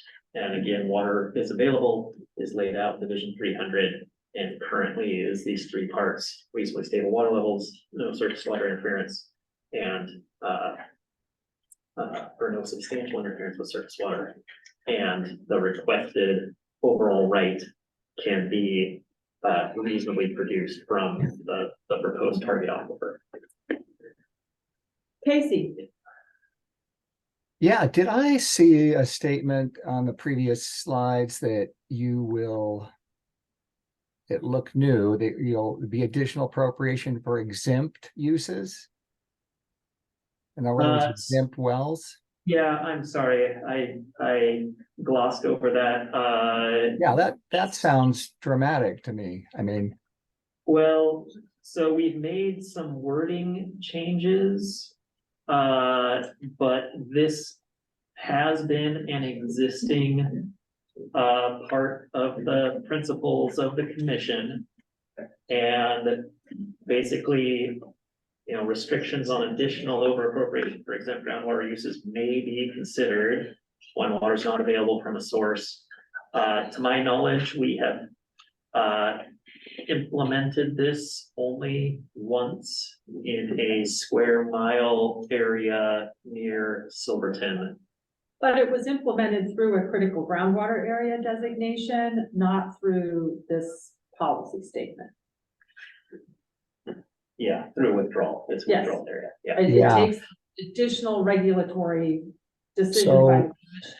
Yeah. So why add additional appropriation? There'll be restrictions on additional appropriations for exempt groundwater uses. Why have this in here? I mean, this type of issue created a political firestorm in Washington State. But Thank you for that comment. We will take another look at it because it is not our intention to use this language to affect additional exempt uses. So we'll take another look at that language.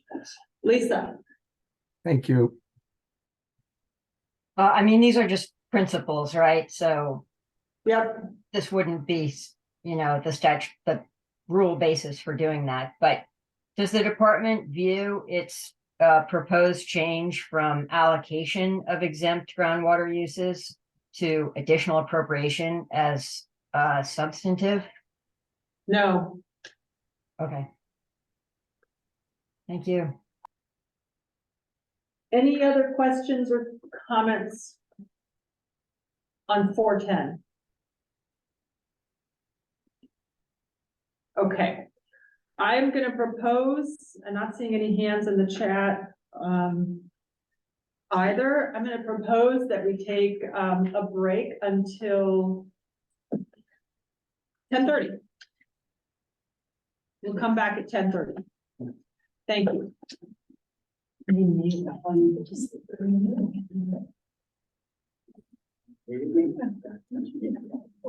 are you? I'm doing pretty good. It's being in order.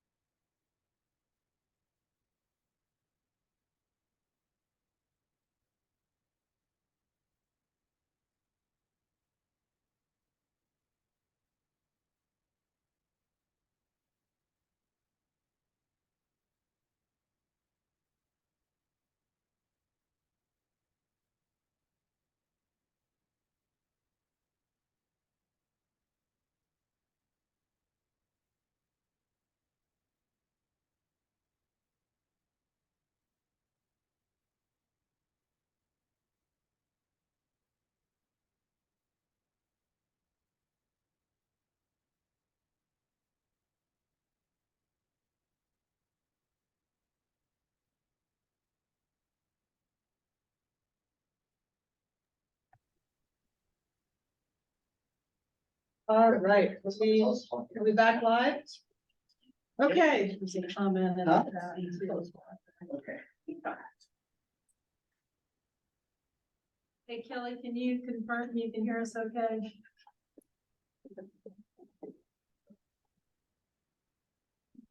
Okay. Phil, I see that you have a comment in the chat from the discussion we were having before we took a break. Would you like to share that with the group?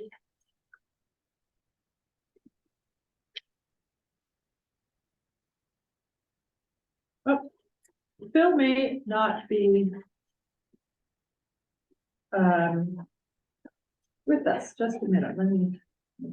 He's still there? Yeah, he's in the queue.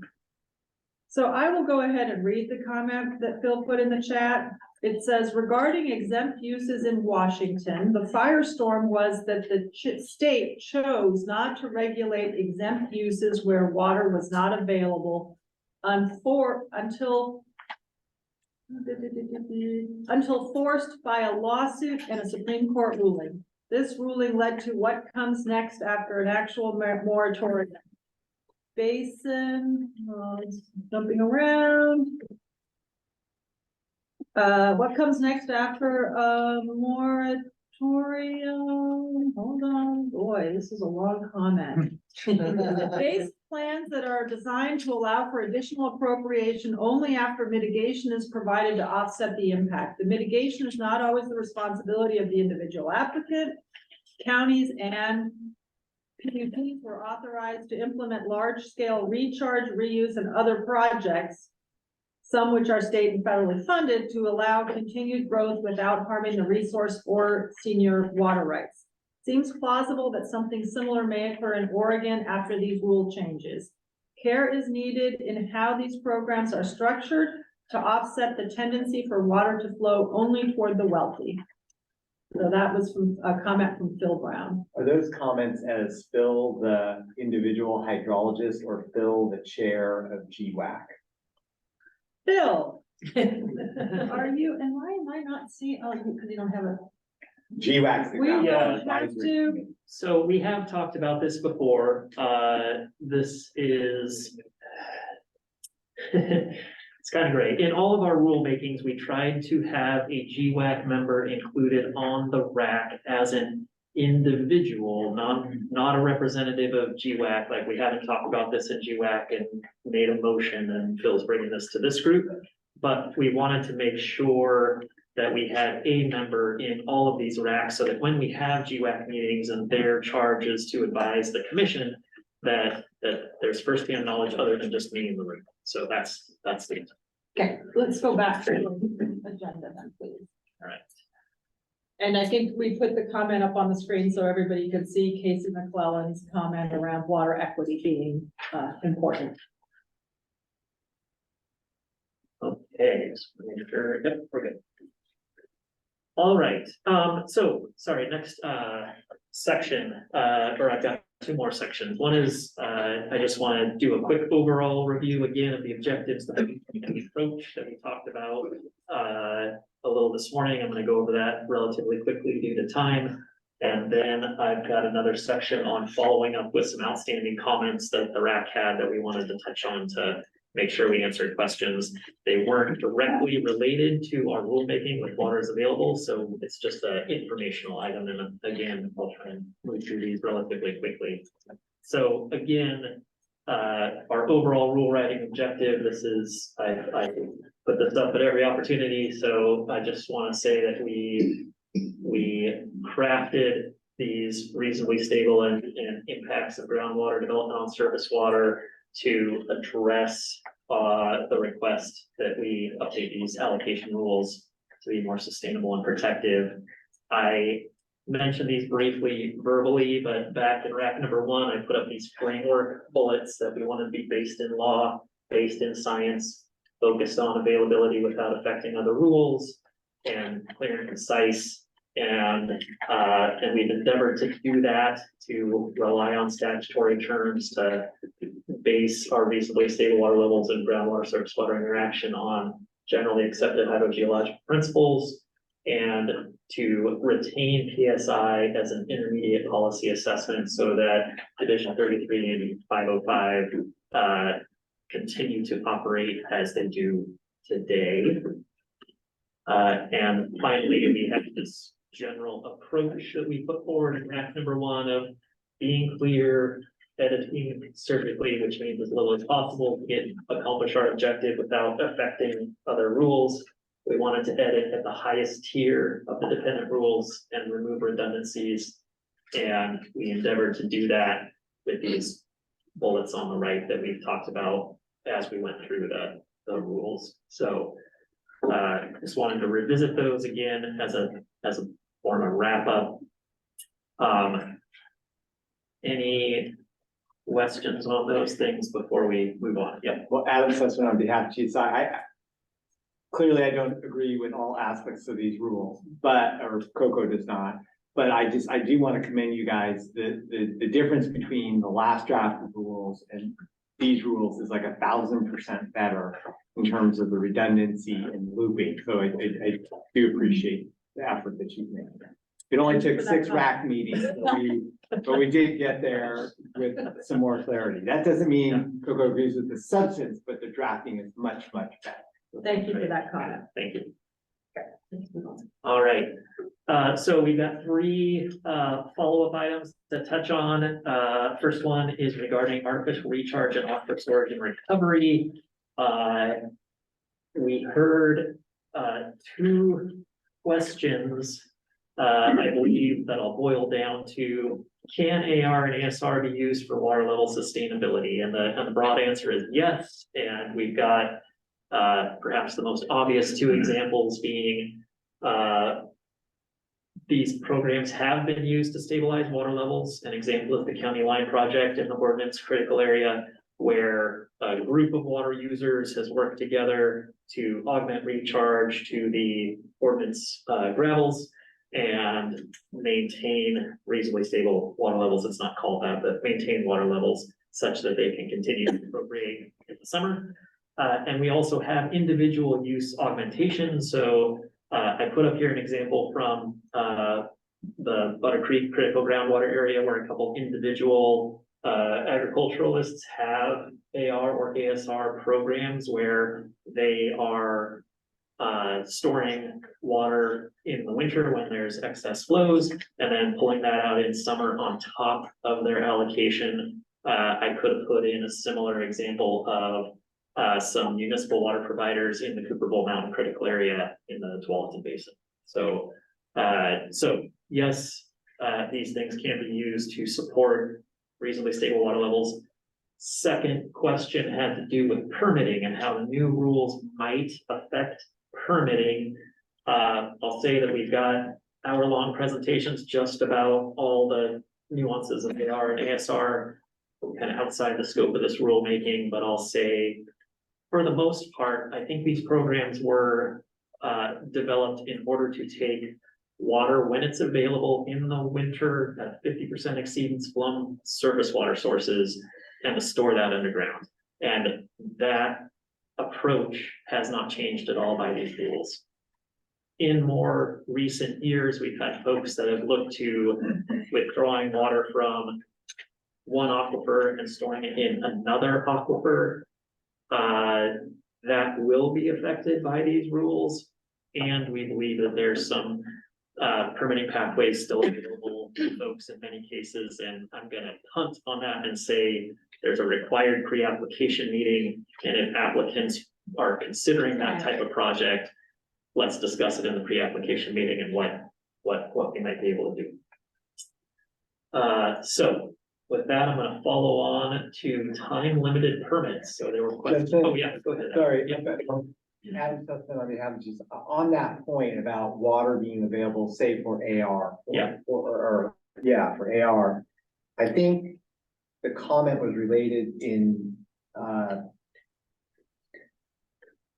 where we're talking about, where it's saying water is not during any time of the year. Yeah. So I think Greg was raising that. I know that's kind of related more to the ground. So I just want to make sure we haven't done anything, you know, let's say water's available in December, January, February, and March, Surface water. surface water. Yeah. There's nothing in the rules that have been changed that would preclude identifying that period of time that water in fact is available for something like AR. To me, I just want, I think that was something we wanted to flag and make sure we haven't done anything unintendedly to change that. We have not changed that. Well, yeah, we haven't changed our proposed changes, so I'll say it still says water has to be available in all times of the year. And if water is available in the surface in a few months, we would advocate for getting a surface water right, going through the transfer process and going through these similarly criteria that are existing and defined, and that be the method to pump groundwater that will only affect surface water similarly during that period. So relying on existing rules to do that, and yeah. Okay. Time limited permits. Folks have asked about limited licenses and drought permits. I mentioned during Division 9 that the short of it is we're gonna follow the same review process. You know, while limited licenses and emergency drought permits are in different parts of statute and have different rule sets, that we haven't altered.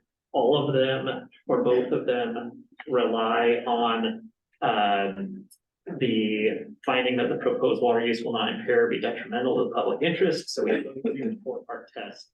The difference is that hydraulic connection and PSI will be based on the proposed duration of the time limited permit. So when we say for the life of the permit for a limited license, that'll be short to 5 years max. For an emergency drought permit, that will be the duration of the governor's declared drought.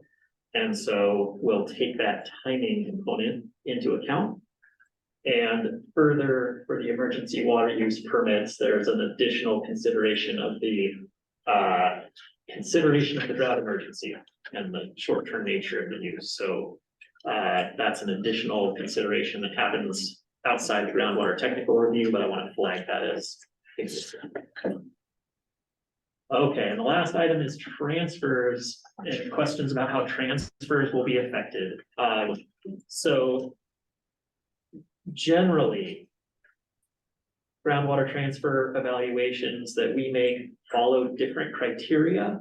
And from a groundwater technical review perspective, we look at same source and injury.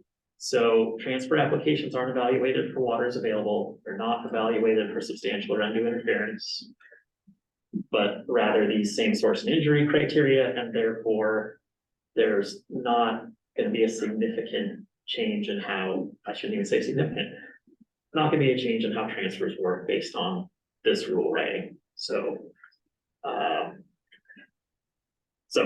that's I'm gonna leave it there without getting into DOJ letters. I'm right. Oh, Just I had a question on that. yeah, go ahead. So I had asked about talking about transfers, and in fact, that wasn't exactly the question I had in mind. What I had in mind in bringing it up is that it seemed to me a lot of the conversations we've had in here about is water available, and whether we're in a state of moratorium, seems to leave out the possibility of a transfer of the market for water. And to the extent that there is a market for water, or if it's possible to transfer water rights, then there are ways. Then water is available. Water is available by offering to buy a water right, to transfer a water right temporarily or permanently. And I guess I know this. I tend to step back and make sort of a general comparison. I know there are strengths and weaknesses to making this comparison, but we have a moratorium on land in Oregon. There are borders, and we have a fixed amount of land, and yet we have a vibrant economy where people can get land by offering to buy a piece of land from somebody else. if the transfer mechanisms, if the way we allow and have a market for water rights function well, function efficiently, I know there are high transaction costs and it's complex and difficult in ways we can look at a piece of land, it's harder to know, especially with groundwater. There are things that make it more difficult. But some of what I see and what I hear about the concerns and tensions around this issue have to do with thinking of water differently than land.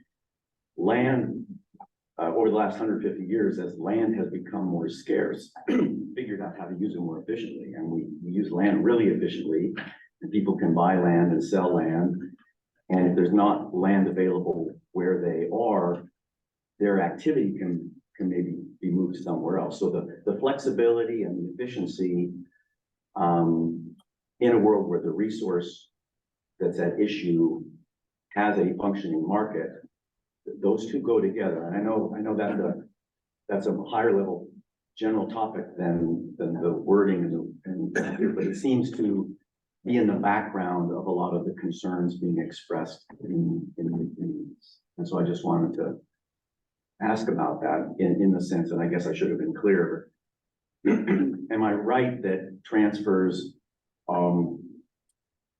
transferring water rights, groundwater rights is difficult, it's complex, it's not done that much because of those difficulties?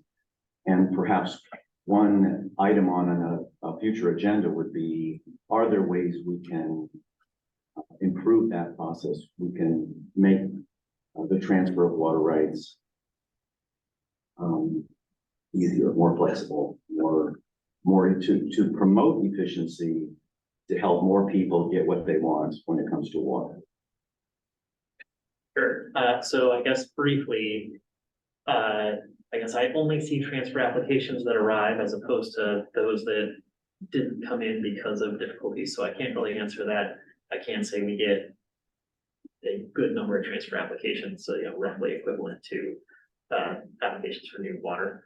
And I think, yeah, I think transfers is a good discussion to have, and we up to our leadership to determine when we have that conversation. So. Okay, and there are a couple folks who put comments in the chat, so I'm going to ask them if they want to verbalize them themselves. So Casey, you had a comment here.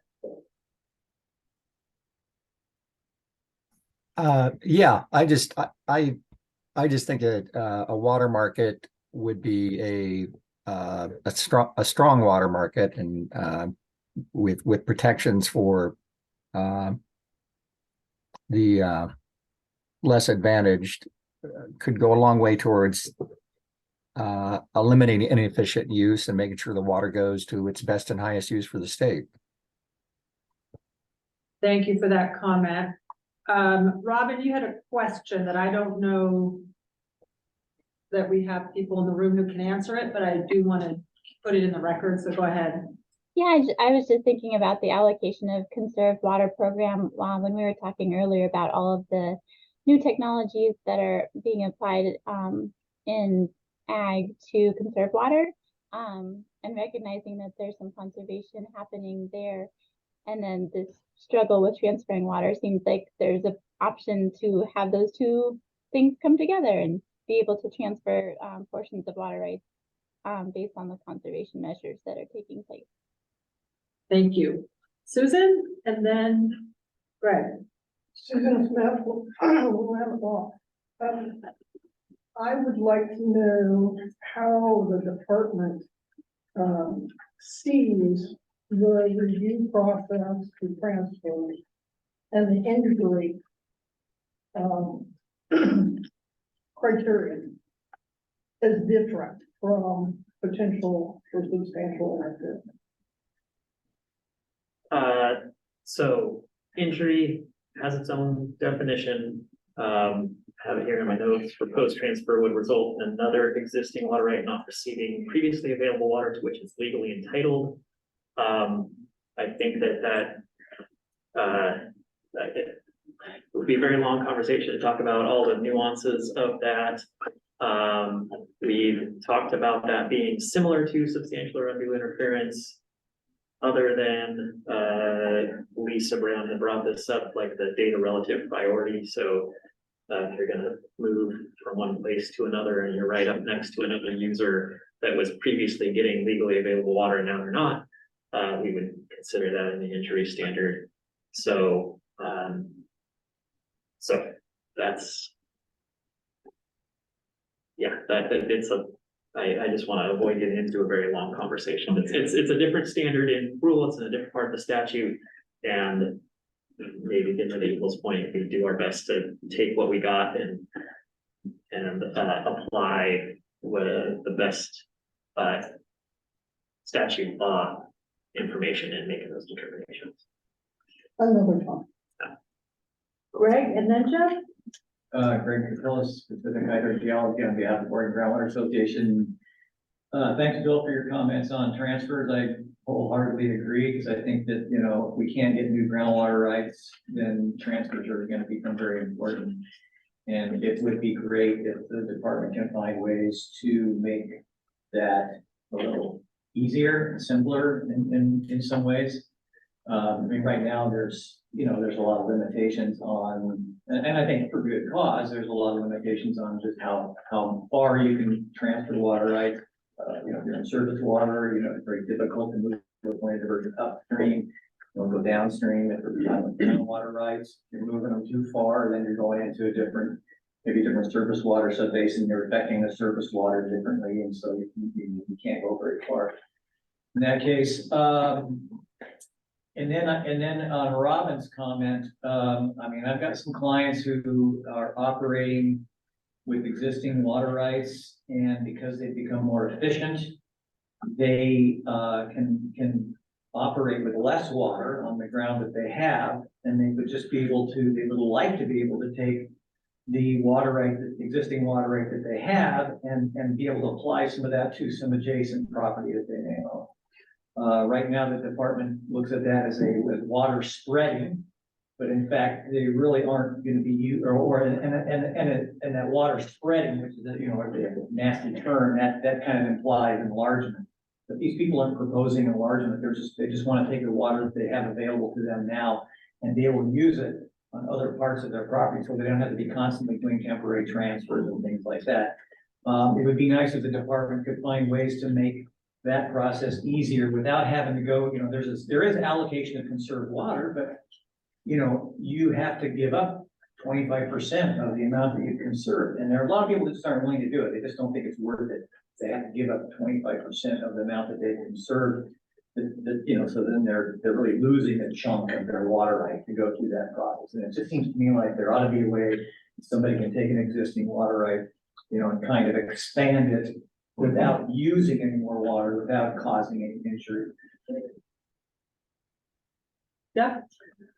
Jeff Stone, and Bill, it is difficult for a transfer.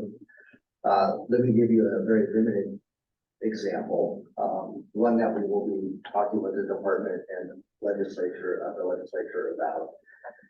If we have a holding pond, which is not a reservoir, it's under 10 feet, right? And you built this in 1983, all right? Technology has come a long way since 1983, and we want to move that baby back to say 100 feet, right? And decommission that pond and do new technology with this pond. You're not enlarging the right, you're not changing the point of diversion. We can't do that. And so that is an issue that we're trying to get, because environmentally we want to decommission ponds that probably have outlived they're still useful because we recycle and we get our efficiencies through there. But we have environmental engineers lined up to help us look broadly at nursery operations and say, okay, how can we do this better? Because I think we could, but right now they don't even have the ability to go from point A to point B. So that was my snarky comment about in prior. And I just think it's when I talk to my conservation friends, when I talk to legislators, they don't understand why that's the case. I have that similar question, so I just want to put a pin in this on the transfer side that in case, I mean, they are different and there are different, when we're talking about adjacent, it is different than the example that I have. But I think we should have a holistic conversation about if perfect groundwater rights are really not forthcoming. Transfers are the only way for ag to adjust. Thank you for that comment. Noted. Okay, any other comments on this? This is the last slide before we go into the. I believe so, yes. I guess I'll just add, I have very grave concerns about where these rules could go, so much so that I don't feel comfortable putting those out in a public forum. But I will just kind of dovetail on a few comments. One, we do need to have additional tools for transfers across the spectrum of users, and particularly when it comes to trying to thread the needle in what's best for all water users, particularly temporary tools and the ability to move water more flexibly is important, particularly for districts. As many of you know and has been stated throughout the process, irrigation districts and similar entities are actively modernizing their systems. There's a lot of federal funding that's being used to help improve those systems, which largely is piping, although that's not the primary activity of all projects. And in some instances, piping doesn't make the most sense. And there's a variety of different projects that may be for water quality purposes, where there's not going to be permanent conserved water that comes out of a piping project. And I say that because there are some who identify with environmental groups, not here today, who myopically have said in the legislative environment that districts should be forced into putting water permanently in stream commensurate with the amount of public funding that they're receiving, which in some instances would be 100% of the conserved water. And I know that there are people in this room that understand that issue far more than the people who stated that, but it's important because, you know, as Greg said, there's a lot of reasons why people are doing projects, and some of that is to shore up existing uses. That's the primary reason why my members are doing it, because they have legal obligations to the farmers and ranchers they serve to deliver water, and there's just not simply enough of it to go around. The focus on putting more water permanently in stream from these projects that are largely surface water projects raises one of my major concerns with some of the things here, which is based on what I see with the figure that nobody can read unless you blow it up on your figure 2 for those of you online, is that, you know, way down here, minimum perennial stream flow or in-stream water right not met is one of the things that will lead you into the no plan. And so let's just take a scenario where a senior water user, let's say an irrigation district, is having to put their water in stream to get funding for their project. And that in some areas of the state, I can almost guarantee would be instantly protested by potentially junior water users that may be impacted by that water going in stream. I think that could apply to a lot of situations, but now we're also bringing in potential groundwater users who would be impacted unduly by that. And I think, again, it's the effort of what we're trying to do in having a more sustainable resources for now and into the future is important. Oregon is way better than a lot of other states, and I think we need to be mindful of what we're doing, that as several other people have said, it's very myopic. We're not taking a holistic approach. And I think while, you know, I do want to appreciate the staff work in both explaining these issues and working through very complicated rules, but these are just a facet of an overall water puzzle that I'm concerned has some very grievous impacts, the least of which being increased litigation to the state, which is already a drag on everybody's resources, and I think a lot of confusion amongst water users that could potentially upend valuable conservation projects. And in certain places of the state, that does include also looking at ASR and AR, and that's a whole other area that I'm not comfortable with, but I've got concerns. So Thank you. Okay. I think we are now turning it over to Laura.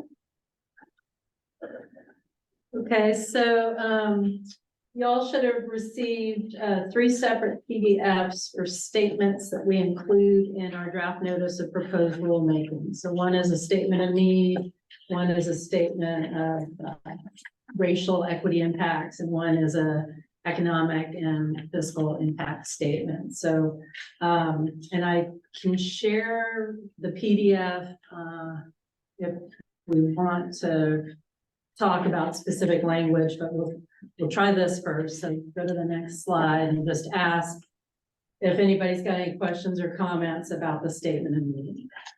We'll just start there. Lauren. So I have a question and I couldn't figure it out looking at the documents you sent today. I'm sorry, I didn't have enough time with them. Are we still allowing through the application process of these new rules for applicants, if OWRD doesn't have the data, to submit their own data to get to potentially get a new groundwater permit? Yes, and we've clarified what those data needs are. So then my follow-up question to that is, in like your fiscal analysis and your equity statements, did you consider that aspect of these rules and who would have the resources to provide that data versus people who wouldn't, people or entities that wouldn't? So the access to those new groundwater rights in the event of a lack of data. I mean, I do believe I have, I don't know, I have to find it, a generic comment about how there would be potential costs of associated with data collection. Because to me, that seems significant. If there is a big lack of data, that would mean that in that area, a new groundwater right would only be accessible to, I mean, I don't know exactly all the costs. I'm not an expert in the cost of what finding 5+ years of groundwater data would be, but I imagine that would be a significant cost. Yeah, so on page 3 of the economic and fiscal impact statement under paragraph B, and if you have additional, language to add, that would be great. But it says to describe the expected reporting, record keeping, and administrative activities and costs required to comply with the rules. And I have some general statements about completing updated applications and perhaps the need to collect additional data and other information to support the application. But if you have additional or actual estimates, that would be great. And I think the other component of what I'm hearing, Lauren, if I'm misinterpreting your comment, please clarify. But I think the other piece of what I'm hearing is the potential equity implications that some, but not all, may be able to pay for the collection of that data. Yeah, like an individual, for example, an individual farmer, regardless of where they are, would probably struggle to get a new groundwater right if there's a lack of data available in that area versus, say, Amazon, who wants a groundwater right for cooling, right? They have access to more resources. I mean, that's just an example of who would have more resources versus someone else. Right. The equity statement pertains specifically to racial equity, so we have to make that connection. It's not, and obviously there may be a connection between racial equity and socioeconomic equities. So it's not. Yeah. I was unclear whether or not it was all. No, it's a requirement that the Secretary of State hasn't imposed on agencies when we file these notices. The equity statement is specifically focused on racial equity. I don't represent a group necessarily that's a racial equity group, so I couldn't speak to that, but there might be someone else who could. So right. April, sorry. I can't speak to that, but I think it is a question, since often these things are very pro forma, that I think it is valid, that it would be helpful if there is actually information on how, racial equity could be an issue, given the cost and availability of getting data that probably, I assume, and like many things, that folks can be disproportionately impacted by. And so, the comments made by Lauren, I think that may be more of a economic and fiscal impact, but usually those things are magnified in the racial lens. And I would assume that if the state is having to look at these impacts, that there's some sort of data or analysis that's used to extrapolate what that could potentially be. Thank you. Susan? It seems like to me it's probably not accurate, as the B is not accurate, as at least we've gone through the discussion, and it seems like to me it would be worth trying to develop some more realistic cost estimates, because it will be the case that a lot of small farmers will be affected by this, and I think you should go ahead and affirmatively recognize that and try to get some good estimates. Yeah. Adam? Laura, or Adam Sussman on behalf of COCA, are we talking now about the fiscal impact part? 'Cause it sounds like we kind of got We there. kind of jumped there. So, does anybody have any comments about the statement of need? Because that was the first thing we were gonna, and if not, then we were gonna talk about the statement regarding racial equity impacts. Does anybody have comments about either of those two statements before we jump over to economics? So I didn't want to put, the statement on the slides because it's, paragraphs, but I'm happy to, if people want to take the time, and to the extent we have time, we can talk about specific language in the statement. Are people ready to move on to the economic impact statement? Fiscal and economic? That's what I thought we had already gone there, so. Yeah, I just want to make Gonna sure pile on. because need and racial equity are Sure. both offered, so. Okay. All right, so it sounds like we're on to economic and fiscal. So let's go to the front, and then Adam, I think you're up to ask. a Yeah, question. so under one down the almost last paragraph, also some municipalities may need to develop, and there's a short paragraph there. Mhm. So, on behalf of COCO, Central Oregon Cities Organization, at least the current draft of rules that we're looking at, and unless Justin wants to help me understand differently, I would describe that as essentially a moratorium on additional groundwater permitting as the rules are written in Central Oregon, and I don't, maybe other places as well. So in looking at that, number one, I think these rules should be a lot more clear that that's what we're doing. I mean, let's tell the public if these are the policy choices that the commission's making, let's not sugarcoat. Let's tell the public what we're doing here. And then I think it's I think we're way understating the impact on municipalities, especially in Central Oregon. I'm happy to provide you some more language. I was on vacation, that's not your fault, and now I'm digging out from that. But to suggest that they will now be able to meet the governor's number one priority of developing affordable housing, that they'll somehow magically make that happen by doing additional conservation on top of what the cities in Central Oregon are doing for conservation, which is cutting edge. And if you don't know a lot about it, I know Emily McCain's been to some of our presentations about what's going on. And then to suggest that they might drive around the countryside with, bags of money to buy water rights and dry up ranches in Central Oregon in order to have enough water.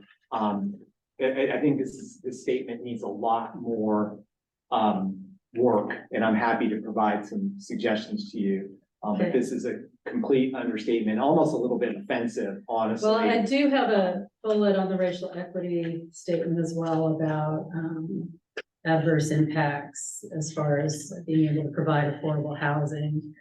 So maybe that could be beefed up and reiterated in the fiscal and economic. Yeah, because I mean, if this is the commission's policy decision, then we should just be real clear about what we're doing.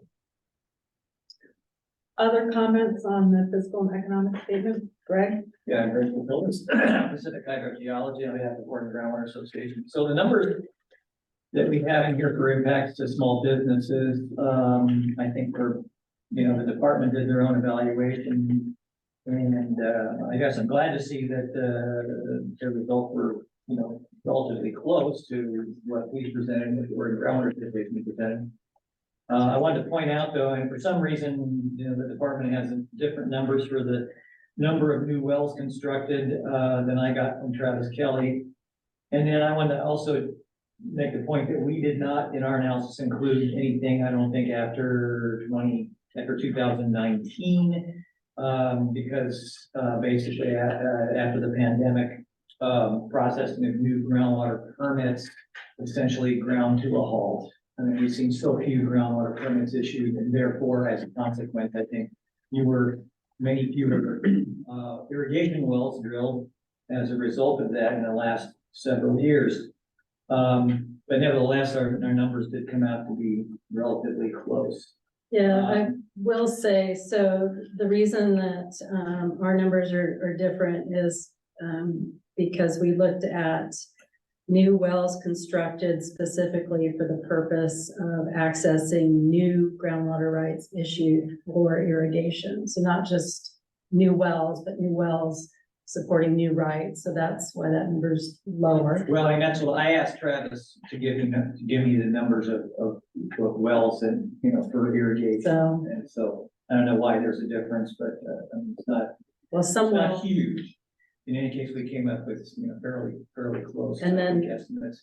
we did use a range. So we did do the 50 number and the 100.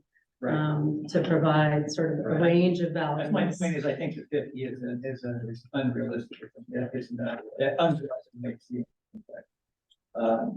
And then I guess I'm sure that there are going to be big impacts on small farmers, as somebody else had mentioned, and it would be nice if not only the department did an analysis of that, but if maybe some of the members on this committee representing the agricultural sector could come up with some estimates as well. I'd like to see that.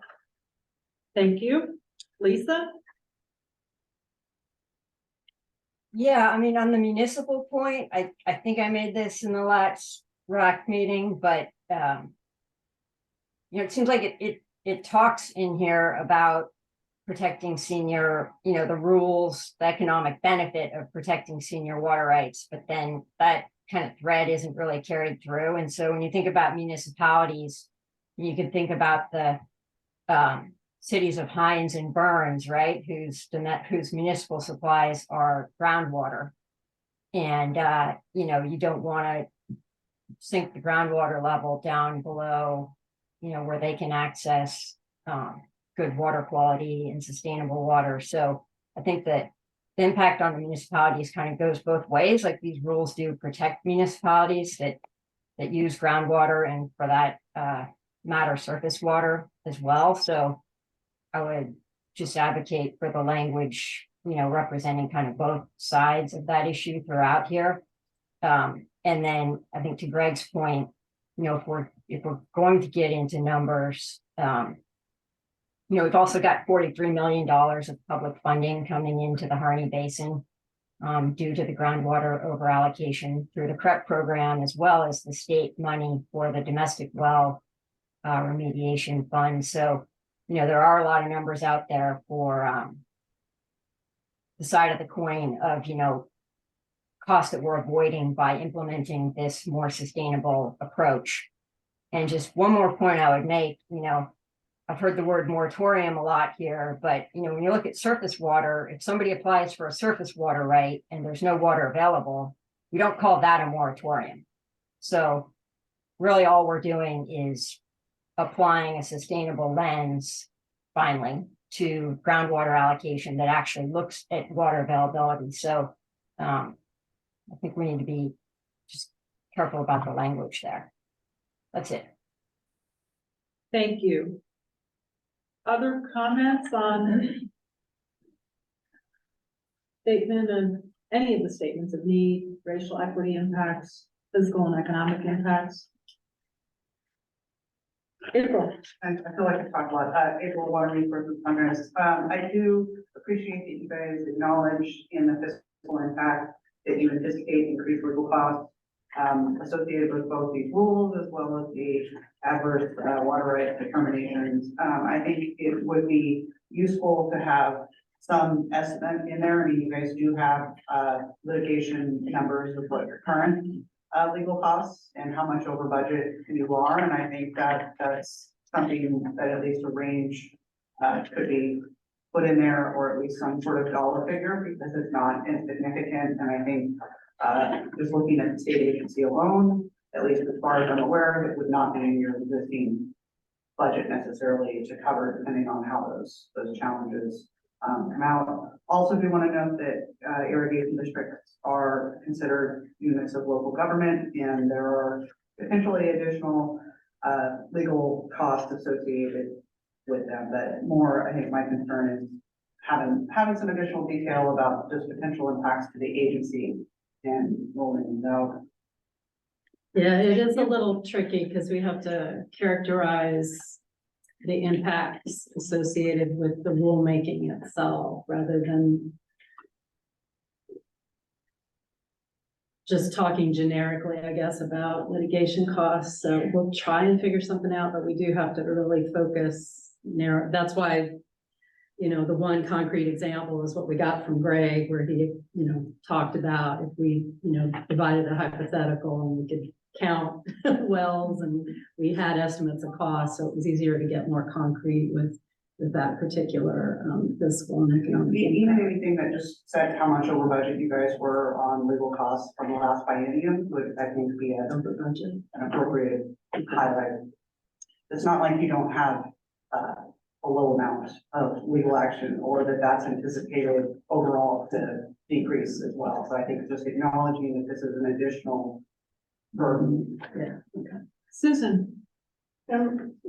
It's not currently in the rulemaking package in it, sort of, I think. And this is a point that kind of goes to what's going out to the public to explain what's going on. And I think it is more information about exactly how much the state is going to be affected by this. Maybe even to the point of saying, okay, here are the basins that we really expect to be affected by this, whereas these places aren't. If you provide a little bit more detail there, I think it will give the public a better chance to really understand the impact. Thank you. Zach, did you have a comment? Yeah, I was just thinking more about litigation costs. I don't know what the department's budget has been related to litigation or water conflict between users, but it would be also important to consider the offset in litigation costs due to decrease potential conflict because you're not over allocating resource unsustainably. I don't know exactly how you do that, Laura, so I realize I'm not giving you an easy task here, but I think it'd be important to acknowledge that if it's the department's understanding that in allocating additional groundwater rights in certain areas will injure senior water right holders, then it follows that decreasing or avoiding injury to senior water right holders will decrease potential litigation costs as well. Thank you. Other comments on any of the statements? Lauren, no, Lauren's. Lauren. I'm not sure necessarily that it's fair to say there would be a across the board decrease in litigation costs, because it seems that when new permits are issued, there's almost always a protest against them. So I think that maybe we shouldn't go so far as to say just because the new rules are meant to decrease interference with current water rights, that there wouldn't be litigation costs, because I think that there still probably will be, just from our experience. Okay, thank you. We are approaching 11:30 for public comment. So I just wanted again to ask if there are individuals who have joined us online who would like to provide a public comment. You've got a few minutes to let me know that. John, I see that you have raised your hand, and we do have a couple members of the public in the room with us. So if you would you both like to make comments? Okay. Before we go to public comment, I just want to ask the Rules Advisory Committee one more time. Any other comments on any of the statements? Tammy. Yeah, so this is our last chance, right, to provide the overall comment. So I have two kind of broad comments, maybe three. So first of all, I'd like to say that the Oregon Lake Association does support the direction that the rules are going. We think that these are much more science-based. To the extent that signing of new permits, new groundwater permits is limited. I mean, I think that that is due to the very basic fact that the availability of resources is limited, and that's where we're at. And so the rules reflect that. I noted that in, the final version of the rules, not that I think this is a big surprise, but I'm just going to keep the same drum that, we lost any reference to sort of projecting into the future, which I think is actually not a good thing. I think that it was then consistent with the objectives of sustainability, protecting senior users, to have that in there. I do understand the logic, the way that Justin explained it about how very long time scales are reflected in the dynamically stable definition. I understand that. I don't think it's quite adequate, because then what you're saying is that projecting that kind of time scale in the future has already been reflected in the record up to the present. So that's my statement on that. As far as the ward system, which seems to be sort of reviled by much of the committee. I do not hate the ward system. I think that there's, a lot of utility in it. I totally think that it needs to be updated. The statistics reflecting flows need to be updated to reflect conditions as we know them up to the present. And I think that it was stated that there was kind of a 6-year time frame for that, which seems a little excessive. That seems to be an important thing to do. As far as how things are calculated, and the fact that the water availability reflects then the rights and as already permitted. And sorry if I don't get the legal language quite right here, but there's a lot of argument that that does not reflect the actual use, because people use less than they're actually permitted for. I would suggest that it's two things. First, if we get a robust transfer market, which I think would be ideal and very important, then those permitted rights are going to be much more reflective of what's actually being used. And secondly, since we have lost any kind of projection into the future, then using the rights as permitted does build in some kind of a margin of safety that I think would be important. I think that's it. Thank you. And so we are going to do public comment, and then I'm going to ask all of the RAC members for their comments before we adjourn. So but thank you. And if you have additional thoughts at that time, that's great. So I believe we have 2 people here in the room and 1 person online who would like to make a comment. So we are going to start in the room with Glenn, please. Yeah, thanks. So, and please state your name. Yeah, Glenn Barrett, Water for Life. And addressed this before, but I still think there's an unintended consequence for existing water rights. And as first, you know, your proposed rules on 699-10-2, these rules establish criteria that guide the department determining whether proposed or existing groundwater, and it goes on to substantially interfere. And so I think there's, you know, we talked about today that it looks like a moratorium on new groundwater. But I think there's unintended consequences that can come out on these. And with that, I don't think this is really ready to go. It needs a lot more flushing out before you go to proposed rules, I think. The other thing on need, and one thing I haven't really seen a lot of written on need. There's already areas that we can regulate proposed groundwater. You got critical groundwater area, you have groundwater limited areas, and the commission can authorize in an order or remove an area. And so I'm not sure why we're going through as much detail as we are to improve that. So I think we need to address those needs or why we need it based on the current rules. And then I think that the use of the models that you have written in here, I think we have to be really careful, because when we start using models, models don't fit every area. I mean, for like Harney County, you have one model because it's in kind of a big bathtub area, but down in climate, models just don't seem to work. And I think we can again have unintended consequences by putting that in the rules on how these models are used. And back to economics on where is the burden of proof if you have to, you know, Amazon versus an individual farmer on how to try to get a new water right and battle the state basically.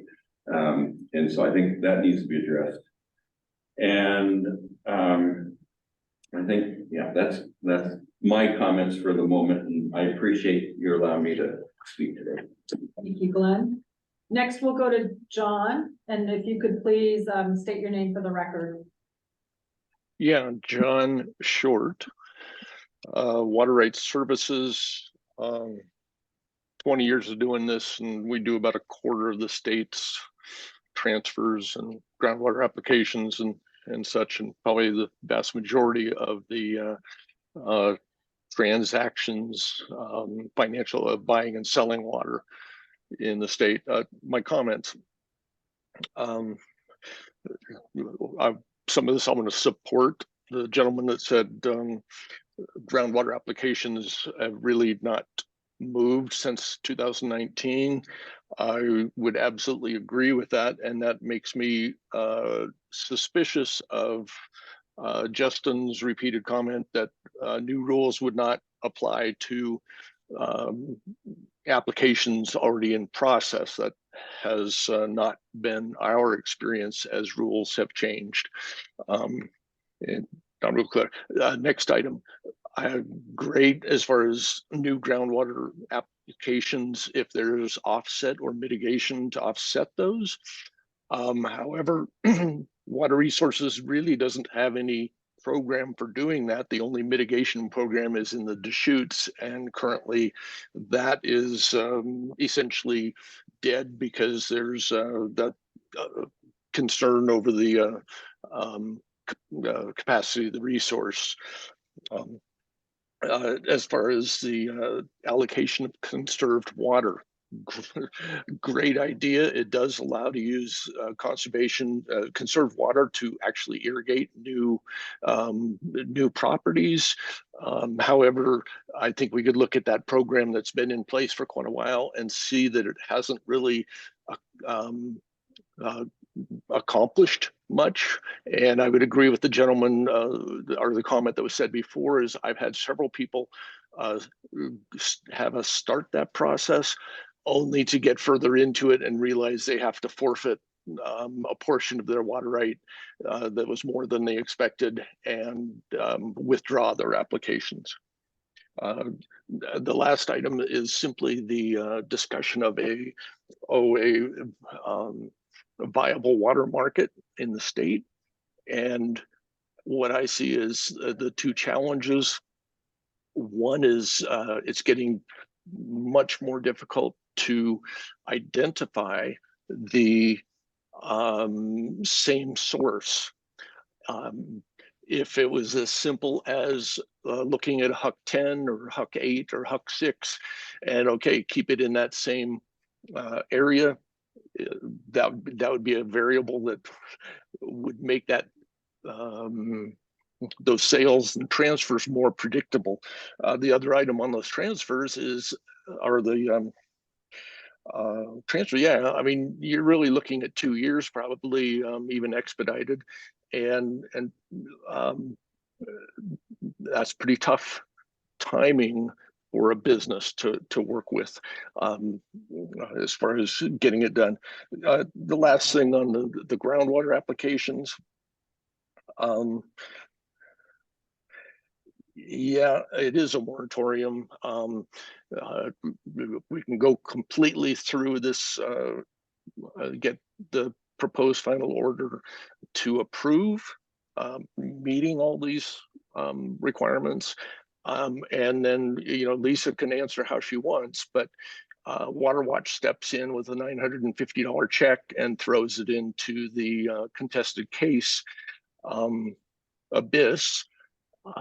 Where someone, boy, you wouldn't think of the poor farmer that's trying to expand. Well, okay, now he's got another 6 years of waiting, even though Water Resources approved everything for it. I'm done. Thanks. Thank you. And we have one more public comment, and I'm sorry, I don't know your name, but if you could please introduce yourself for the record. Hi, I'm Roger Nicholson. I was the founder of Water for Life, and interesting comments about conserved water statute, because it was a Water for Life bill that we moved forward, and the 25% had to be given up to ever move the bill. But we certainly look forward to making it bigger and better sometime if that effort can be made in the legislature.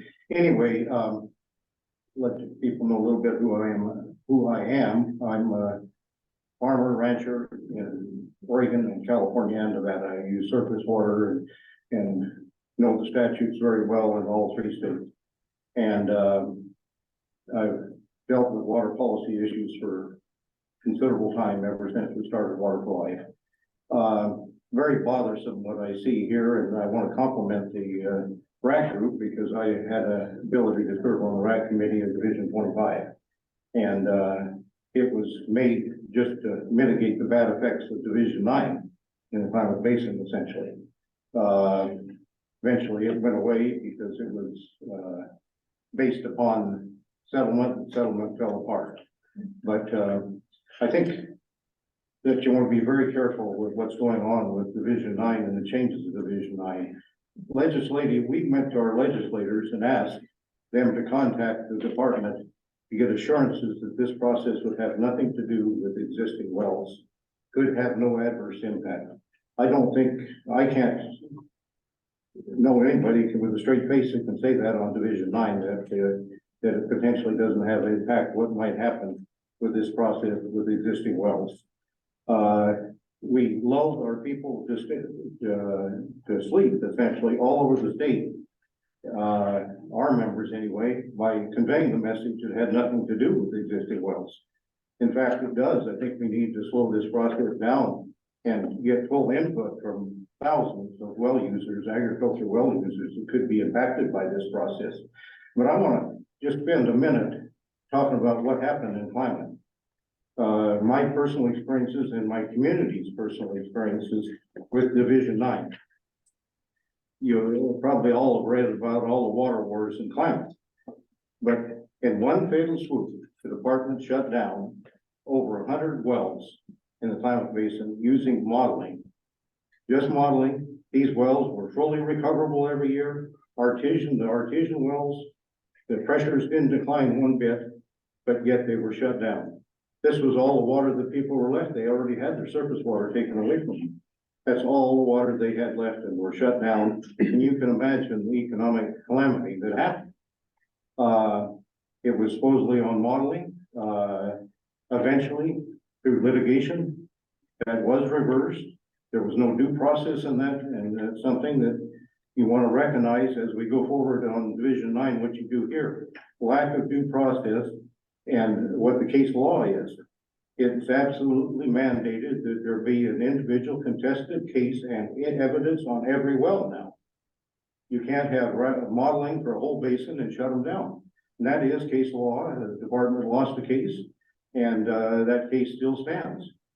And any change to Division 9 should outwardly recognize this case law, and that you have to have a contested case, that the individual can defend himself at a contested case basis. Second part of that, and we have extensive comments that you didn't receive today. I hope the RAC committee is able to get them. But the second part of the component is the science. To pick and choose what science we want, to pick and choose what modeling we want, to pick and choose definitions of timely and effective.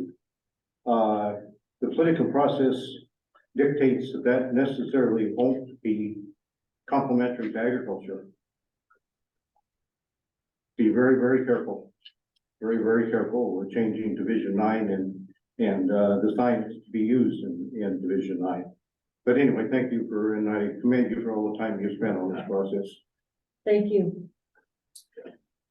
All right. Anybody else online?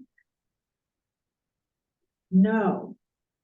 So as we have done in the past, I'm going to go around and ask RAC members sort of for comments. And I would like to alternate, as I have done in the past, between people who have joined us virtually and people who are here in the room. And if we could please start with you, Adam.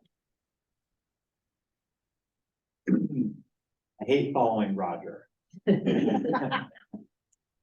tough act to follow. It is. Adam Sussman, GSI on behalf of Coco. So much to say, so I won't try to put it all out here. I guess I'll start again, reiterating my compliment to the department that these rules are 1,000 times better than where we started in terms of their drafting. So I really appreciate it. I know you guys must have done a lot of work to get them there, so thank you.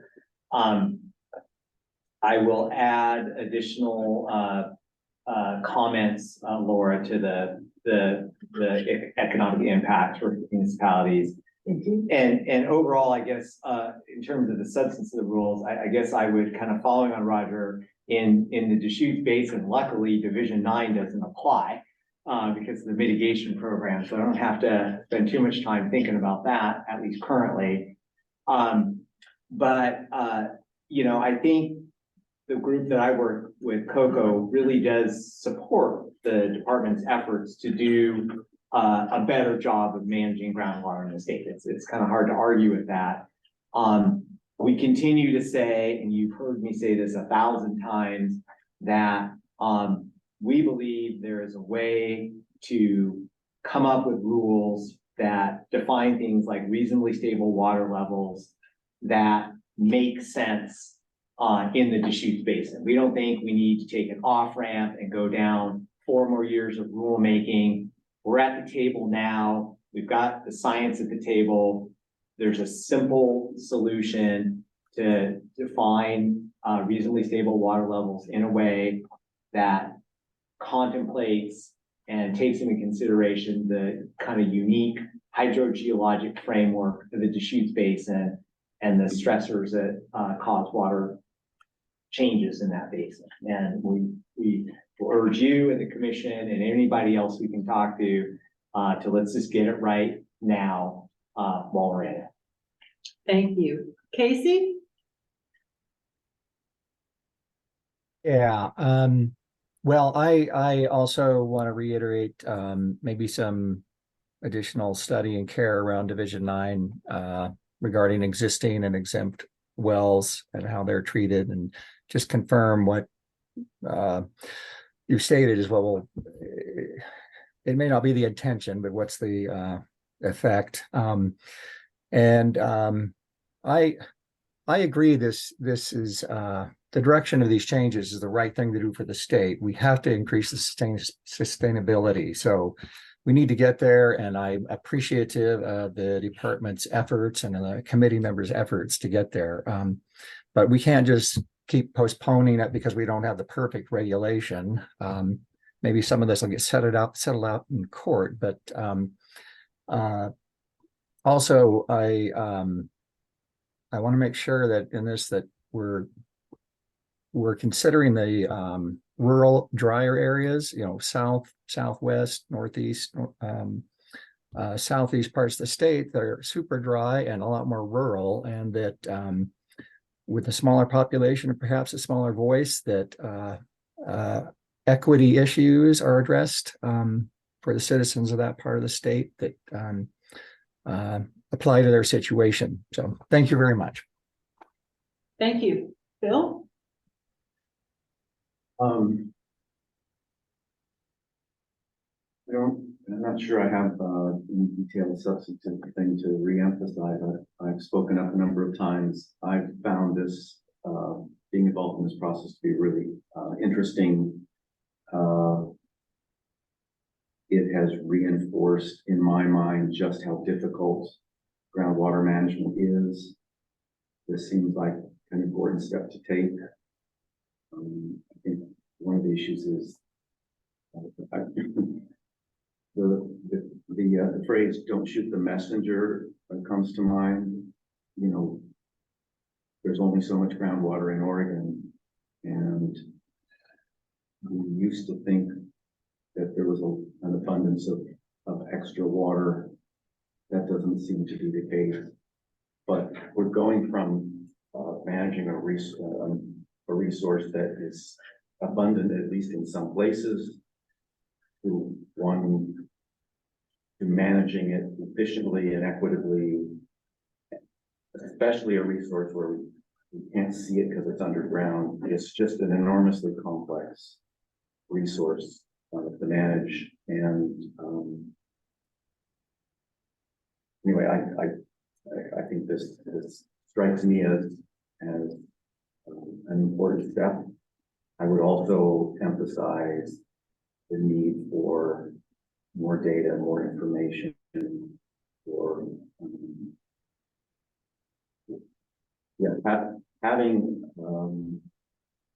improved updating the WARS system and getting as much data all across the state about water levels and pumping rates, and turning that into if you had, I have in my mind statewide data set that has annual data that can be updated, and including precipitation and temperature. You can have this sort of dynamic model that would help, that could eventually be provide a way of doing groundwater assessment spatially and temporally, the way that our coastal fisheries have stock assessments updated daily or weekly to decide when you have to stop fishing, when you can let recreational fishers catch a few more fish in this area or this area or this area. We need the kind of data that could allow that kind of fine-tuned management. We just don't have the information. Thank you. Kelly?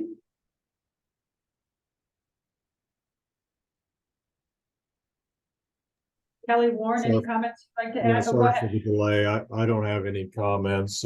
Personally, I did benefit from the rulemaking discussion. I appreciate, being allowed to audit the rulemaking, but I'm unable to make any unauthorized comments. Thank you. Susan? I'm an outsider in the sense that I don't represent any particular vested interest with respect to the water. And so it has been invaluable for me to be able to observe and absorb the expertise of everyone sitting in the room. I thank all of you. for that. It strikes me that the people who are concerned about the outcome of this rulemaking are kind of two types. One group of folks are folks who are worried about pending applications and existing rights. And it strikes me that there is a very simple sort of inclusion in the rulemaking language that could make those people more comfortable that there weren't going to be these unintended consequences, and that language is very much worth the department's while in crafting, because a lot of things will just go away as far as concerned. You know, the other group of people are people who don't have existing rights and don't have a pending application and are going to have to make a new application. It would be, again, worth the department's efforts to make it clear who really is going to be affected by the rules and who isn't, in terms of geographics and that sort of thing. Because again, I think there are a whole bunch of new groundwater users who might not be affected in any way by the rules. For the remaining folks who are going to face a no decision on a new groundwater application, it strikes me that those folks are two types. They are either going to be people who are affected by the poor information that will be available to the department because of wars, or they are of the group where wars as accurately established that there shouldn't be new groundwater applications. I think it would be worth the department's consideration to figure out a way to use alternative information if there is a problem with the data, serious problem with the data in wars. And I think that should be crafted. Thank you. And the only, that group, the remaining little group of people that we're talking about, I think these rules make them do what the commission wanted them to do. And for that group, on policy grounds, these are great rules. And I thank you very much for your improvements in your readability and your organization, because that was my major thought coming in, is that we need to have good, understandable rules. And I think we've done a pretty good job on it. Thanks. Thank you. Laura? So I don't know if I have a whole lot of substantive comments at this time, other than to say that I agree with some of the comments that I've made, that I know that there's the idea that, these rules are meant to protect current water users. And again, and I think I said it today, and some other members have said it, that that would be a hard sell to my membership. They're very uneasy about these rules. And so I do want to make sure that I'm expressing that we have a lot of concerns still moving forward with these rules. I'd also like to say that I think that these rules do very much sort of feel that they rely on a lot of almost cart before the horse. So we need more data, I think, for these rules to be really effective, so that we have that groundwater data to make the determinations that are needed in these rules. I think that we need to have the backlog at OWRD cleared so that there are other options for water users in the event that they can't get a groundwater permit if they need to, and they have other access to the current water that's available. And that backlog is a huge problem for water users. And so there's a lot of struggles that take funding, and that is going to take some time from the legislature to address before I think that we would see these rules actually being something that my membership would actually find to be useful to them, because there isn't the data all over the state. There isn't the availability of transfers because of the backlog. And there's also the litigation backlog also at OWRD. So those are all struggles that are all relate to this. And so it's an ongoing issue that's bigger than just this, the groundwater issue. So, but they all play a role in what our water future looks like. So those are some of my just surface level concerns moving forward. Thank you. Zach?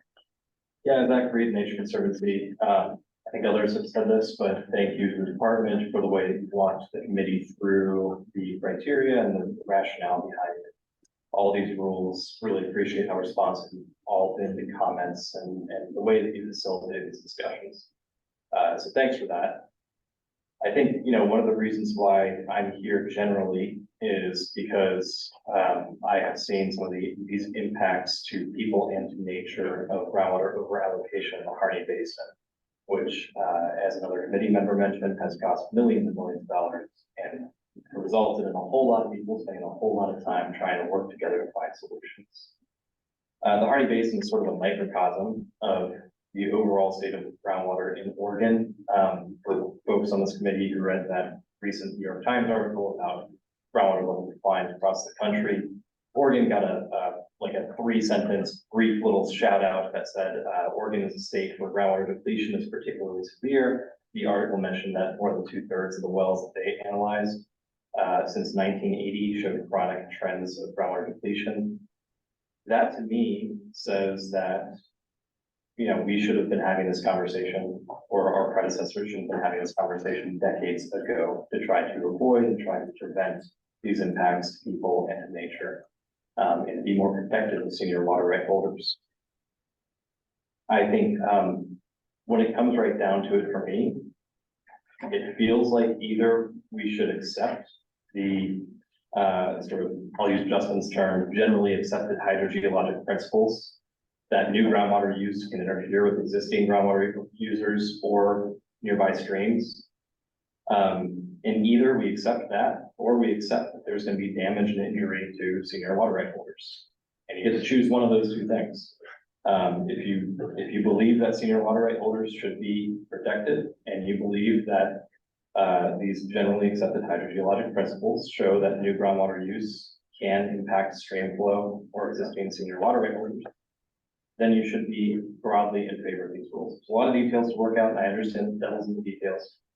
But I think both of those things are true. We should protect senior water right holders. And the science does show that there can be interference between new future uses, streams, and existing uses.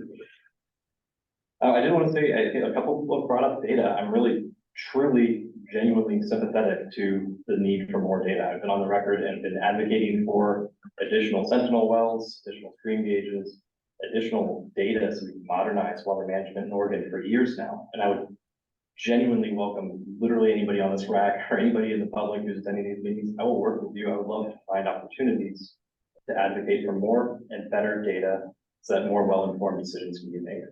I'm not here to advocate for all future groundwater rights to be halted. I just want to advocate for future groundwater uses to have good, abundant evidence that water is available to support those uses, that we're not just pulling from water use that other people should have and have a right to. So I think I'm talking a lot, so I'll just stop there. I would say that this is timely. The commission asked for this almost 2 years ago, this rulemaking. The department has been talking about this through a public roadshow and through this rulemaking process for more than a year now. It's based on law, based on science, and it clarifies existing rules. But I think the proposed rules are meeting many of the objectives the department set out. I want to prevent future party bases from happening. I think these rules will help with that. Thank you. Lisa?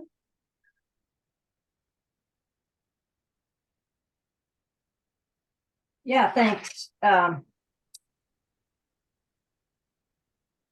keep this fairly high level. I think that the rules are urgently needed. I agree with Zach. I think they're long overdue. We've caused a lot of problems in a lot of places of the state with the current system, which has not protected senior water right holders, including in-stream, municipal, and agricultural. It's been a very bad system for domestic well users who've been badly impacted, including in the Harney Basin, where Zach and I have done a lot of work. And it's literally caused groundwater levels to plummet by 100 or more feet in parts of the state. So I think these rules will significantly move Oregon to a much more sustainable approach for groundwater allocation. I agree with others that they're much more clearly drafted now, so appreciate the work that went in there. And I think they're looking good at this point. On the data point, sure, we can and we should always strive to have more and better data, and Water Watch has advocated for that for years and years. But that doesn't mean that we shouldn't do a better job of using the data that we do have and applying the science to more sustainably manage groundwater, which is what these rules do.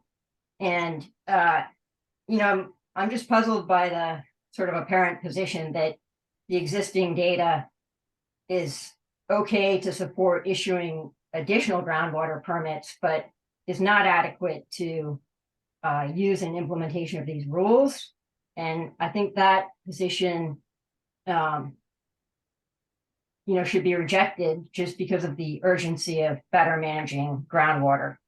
And I would also comment on the New York Times articles, and hopefully everybody read those. And just in reading those, I think we should all be proud that Oregon's taking on this project and trying to move to a better groundwater system at this point. So just to sum up, Water Watch supports the rules. We appreciate what the department's doing here, and we would urge adoption as expeditiously as possible. Thanks. Tammy, anything additionally you want to say that you didn't already say? Yeah, mostly I said what I wanted to say, but I am compelled as a retired USGS hydrologist to the defense of these regional groundwater models. I just want to say that I think those are the state-of-the-art tools. They definitely belong in the arsenal that the department has for managing the resource. And the second thing I would add is that, again, I don't hate the board system, and the boards system. And I just want to point out that, I understand the appeal of this idea that if we just get, more and better data, that somehow we'll be able to manage this in more of a real-time sort of sense. And I think that isn't actually realistic because, again, of this sort of mismatch in timescales that we're talking about. First of all, when you're pumping, right, the types of pumping are smeared over a large timescale, large compared to, a month or a season. And so you can't be turning on and off wells and then expect to see the effect right away in streams. Secondly, I said this before, but we issue these rights and they are essentially in perpetuity. And so, and as far as I know how this works, I could be wrong. I don't think that the department has any means for changing what is the total water right in any given year based on current conditions anyway. So we need to be particularly careful when we're just saying, take this much water forever, and every year, regardless of conditions. Anyway, okay, that's it. Thank you. Casey, you offered an additional comment in the chat. Would you like to share it with the group? Yeah. I guess my point is that I'd be careful about the number of special rules per basin. We've got a lot of basins. There are unique features to all of them. As we say in the vineyard business, everyone's vineyard is special, but and that's place-based too. But and then beyond that, I do think the regulations are needed and they are somewhat urgent. And again, I'd say let's pay attention to the water equities in the drier parts of the state and more rural populations. Thank you. Thank you. Phil.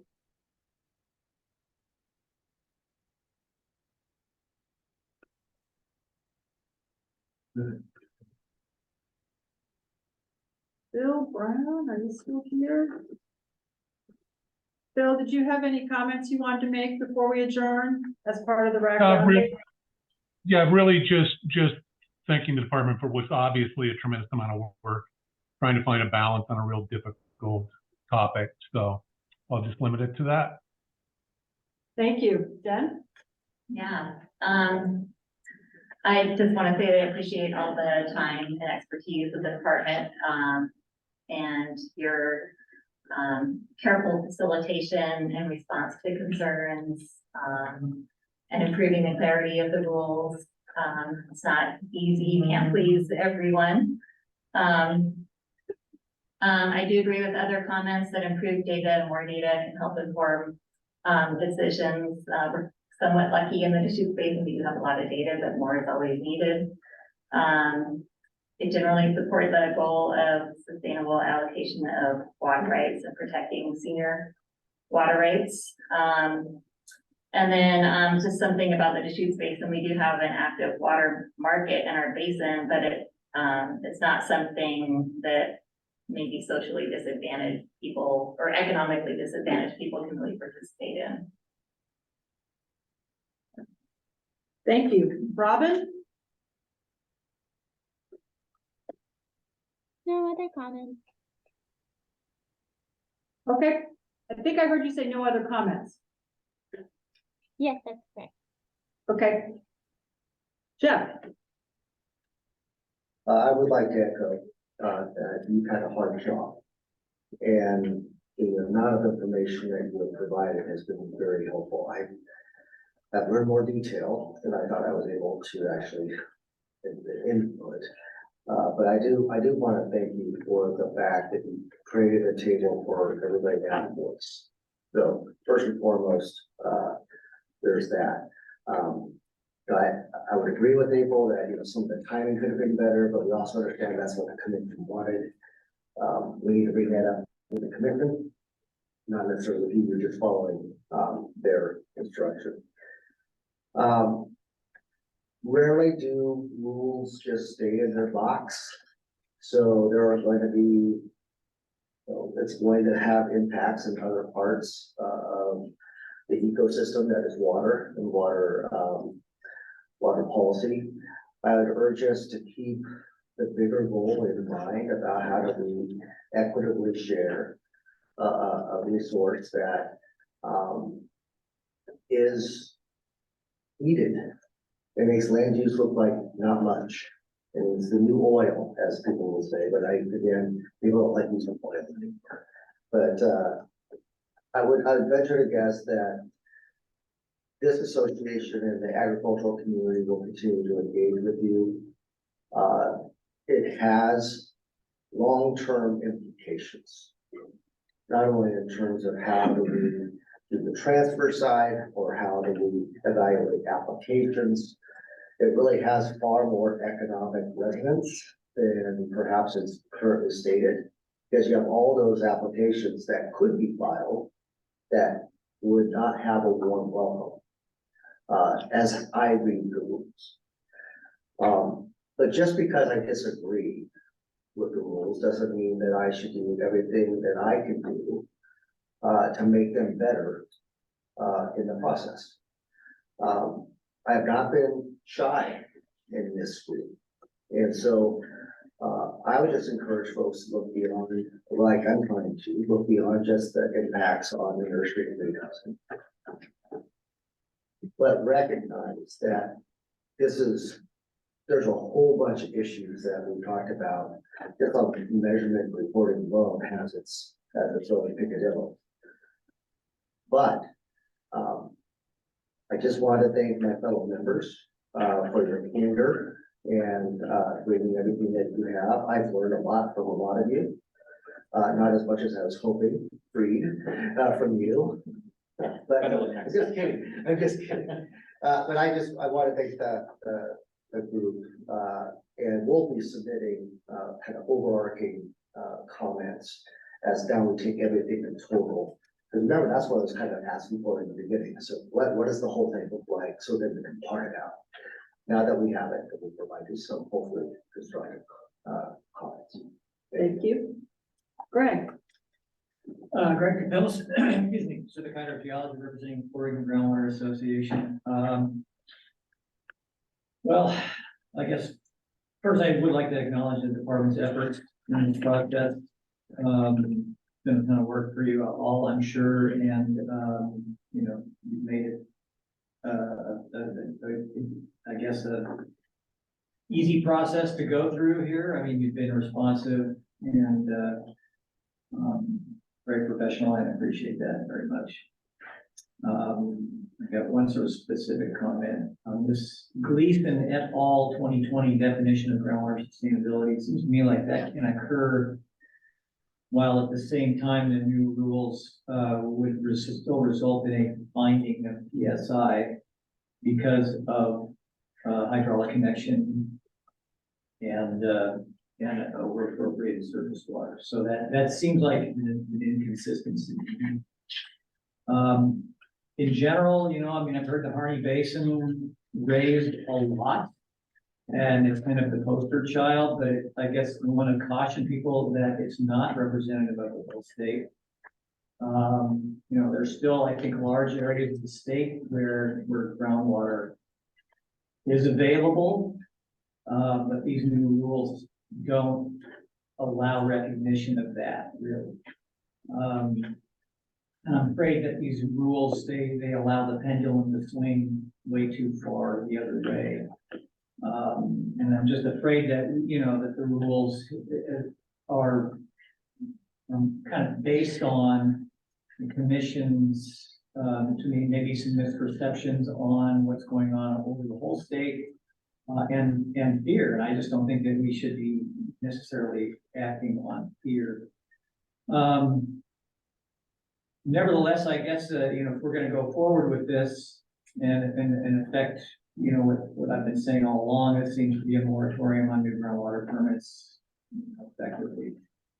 That at least we can take this as an opportunity to, you know, maybe look more carefully at how we're managing the water resources of this state. Because I think, I mean, you know, I don't think anybody in this room really feels like we should be overusing our limited resources. We just have, I think, different opinions on how we should be doing that, or, you know, to what extent the current problem is affecting us at this point. So, I mean, there are a lot of ways that we can better manage our resources. We can take water when it is available and store it, and act for storage projects, recovery projects, storage and recovery. You know, I think that's the thing of the future, if we can allow it to happen. But we need to make it possible for us to do those kinds of projects. Has been mentioned before a number of times during this meeting, transfers are going to become very much more important. And I think we need to try and make that process more efficient and easier to do in a more timely way. I mean, right now, I mean, maybe it's a temporary situation, I hope so, but we're telling all of our clients who want to do a transfer application that they have to do it through the reimbursement authority program if they want to expect any action on it at all.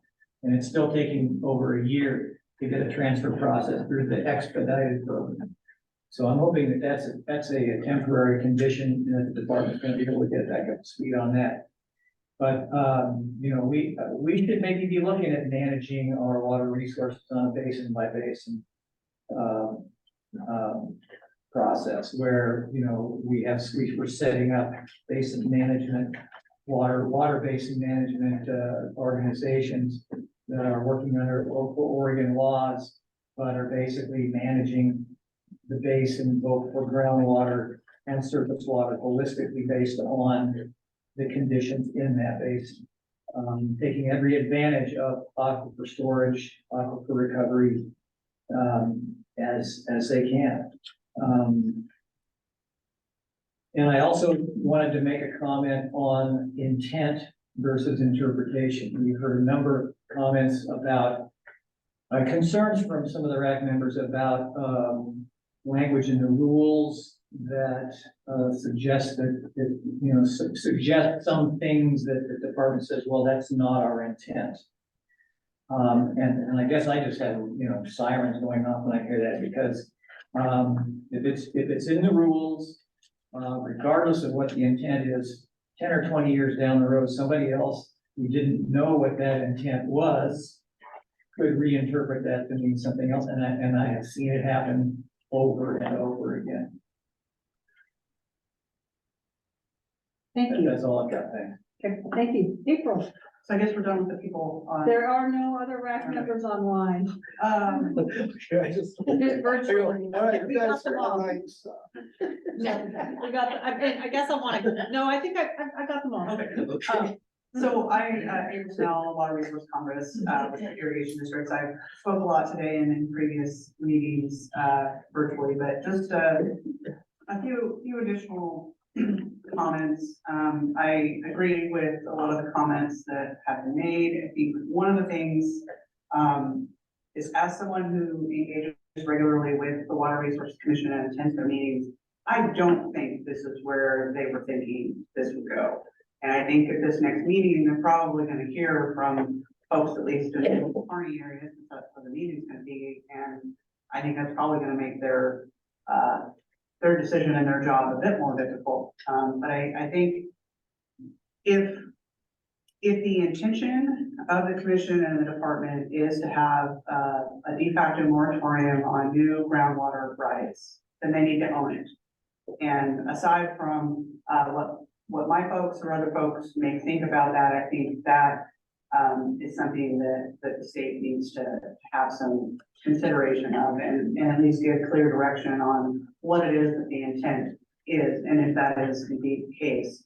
I also want to be clear that I think it's important that we do look at our water resources and use them judiciously and ensure that we have water for current and future needs across both in-stream and out-of-stream needs. However, what we do in Oregon is only what we can do in Oregon. And that doesn't, we can't tell California what to do unless we have an interstate compact or some things between governors. And that definitely impacts our folks down in Klamath Basin when the rules are very different on the other side of the border. Similarly, there are opportunities for investing and utilizing the available water in the Columbia River system that also would be going across state lines. And I think that's both an opportunity and a challenge.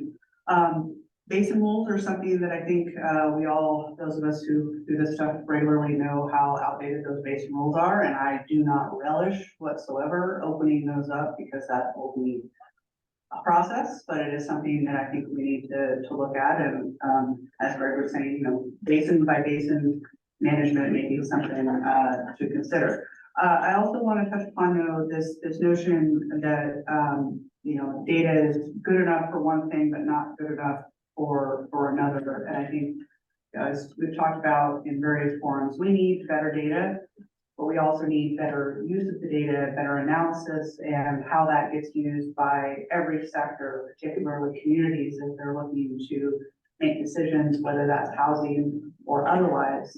We do now have a new planning program that came from the last legislative session to help support communities as they look at planning for their water needs. And data has always been, excuse me, a huge need of those communities and was talked about in that process for those of you that were a part of that. And I think that's another thing of, you know, where this seems to be the cart without the horse, or it's not necessarily attached to some of the other things. And I think those are things that are going to be important for the commission to look at and consider. And while these statements are general, I think the statements that my members will provide those more formally when the rules come out, which could be different than what we've seen today. But I think it's important to look at what's going to be best for everyone. Last part before I say what the next topic is there was a comment earlier about focus on the east side or dry side, and that's definitely a factor for most of my members are, but I would caution us in not forgetting that the Willamette, while it has a reputation as a water-rich environment, it is not, and we have increasing drought, and as the Willamette reallocation process moves forward, which you are aware of, there are a huge amount of water users in this valley who are relying on water that they may not necessarily have the legal right to use once that process moves forward in dry years. And I think it's really important to factor in groundwater, since there's a huge amount of water users in this basin that rely or would be relying on groundwater. Last part, I guess, is related to the schedule, which I know is the next topic, but since I'm the last rec member, I figure I can segue into that. I do want to very much appreciate that the feedback I gave early in this process and that others did about the initial schedule, that you guys have modified that so that the last day of comment period is not during Christmas, which is great. However, I would caution us that the plan as it is, which I do recognize finding that balance is hard, but the public hearings would be basically over Thanksgiving and Christmas, where they're presumably this is the standard in-person and virtual options for various communities to learn about these rules and engage. I think just given the breadth of issues that we've talked about, that's not setting this up for success if there's just going to be that period of outreach. If there's a way to start outreach earlier, I think that would be good, or extend this overall time frame. This is only going to affect some of us, but the current schedule would have the potential. So thinking about other rule processes that I've been involved in, after the public comment period is ended, the department's going to have an opportunity to review public comments, potentially revise those rules further. I would strongly suggest, recommend, ask, however you want to frame that if there are substantial revisions made to those draft rules after the public comment period has closed, that this RAC be reconvened, or there be some sort of check-in before those then go to the Water Resources Commission for adoption. Because otherwise, that's a really short time frame for a very complicated set of documents to be pushed forward and implemented. It seems like it could be pushed out a bit more. Oh, the last part, and then I'll shut up, is because I'm guessing that Laura is going to talk about this in the schedule, is when during this proposed schedule will DOJ be reviewing the rules? And similarly, I would request that if there are substantial changes that come up through the DOJ review, that we have an opportunity to discuss those. So thank you. And I will just acknowledge your last comment first. DOJ reviewed the rules that you looked at today. So that review has happened, and they will look at it again before it goes out for public comment. So a couple things. I want to acknowledge all of your contributions and participation. It's after 12, and the fact that we're all still here really, I think is a testament to your commitment to this. I also want to acknowledge all of the hard work of the Water Resources Department staff. So thank you for all of your work. The tentative schedule that we have is here on the screen. Want to first state we will be providing an informational report to the commission at their meeting in Burns. That is scheduled for Thursday afternoon. It's a half-hour segment, and we do intend to highlight the major policy issues that we have wrestled here with the RAC. And so we hope to carry some of those big issues forward in our presentation to them. Our tentative schedule remains that we would have public notice on November 1st. I think we are contemplating 4 public hearings. We have not yet identified dates, but they would be in the timeframe of either the first 2 weeks of December or after the new year, or some combination thereof. With a February 1st comment deadline. And then we do not yet have the commission schedule for next calendar year, but potential consideration for adoption in March of next year. So with that, Adam. Yeah, Adam Sussman, GSI on behalf of Coco. I understand that this information report for the commission on the 28th will be, maybe, I hope I have this right, maybe one of the first times that you guys have really spent time with the commission on the big policy issues associated with these rules in some detail in a commission meeting. Is that correct? Of the actual 4 divisions of rules. And so with that, one suggestion I would like to make is, so the commission is gonna see these, let's say, for the first time, probably hear from several of us from the first time about this. And then your schedule shows that you're gonna put these rules out for public comment on November 1st, which I think is before, if I have this right, before the November commission meeting. And I would just like to suggest that, given the nature of these rules and the implication that having a commission discussion at a high level in September and then not having another commission meeting before they go out for public notice, maybe you're getting ahead of yourself. Maybe you'd like to schedule, for the benefit of all of us involved, a second commission meeting in November before the rules go out for public comment. We will take that into consideration as we evaluate the schedule with our leadership.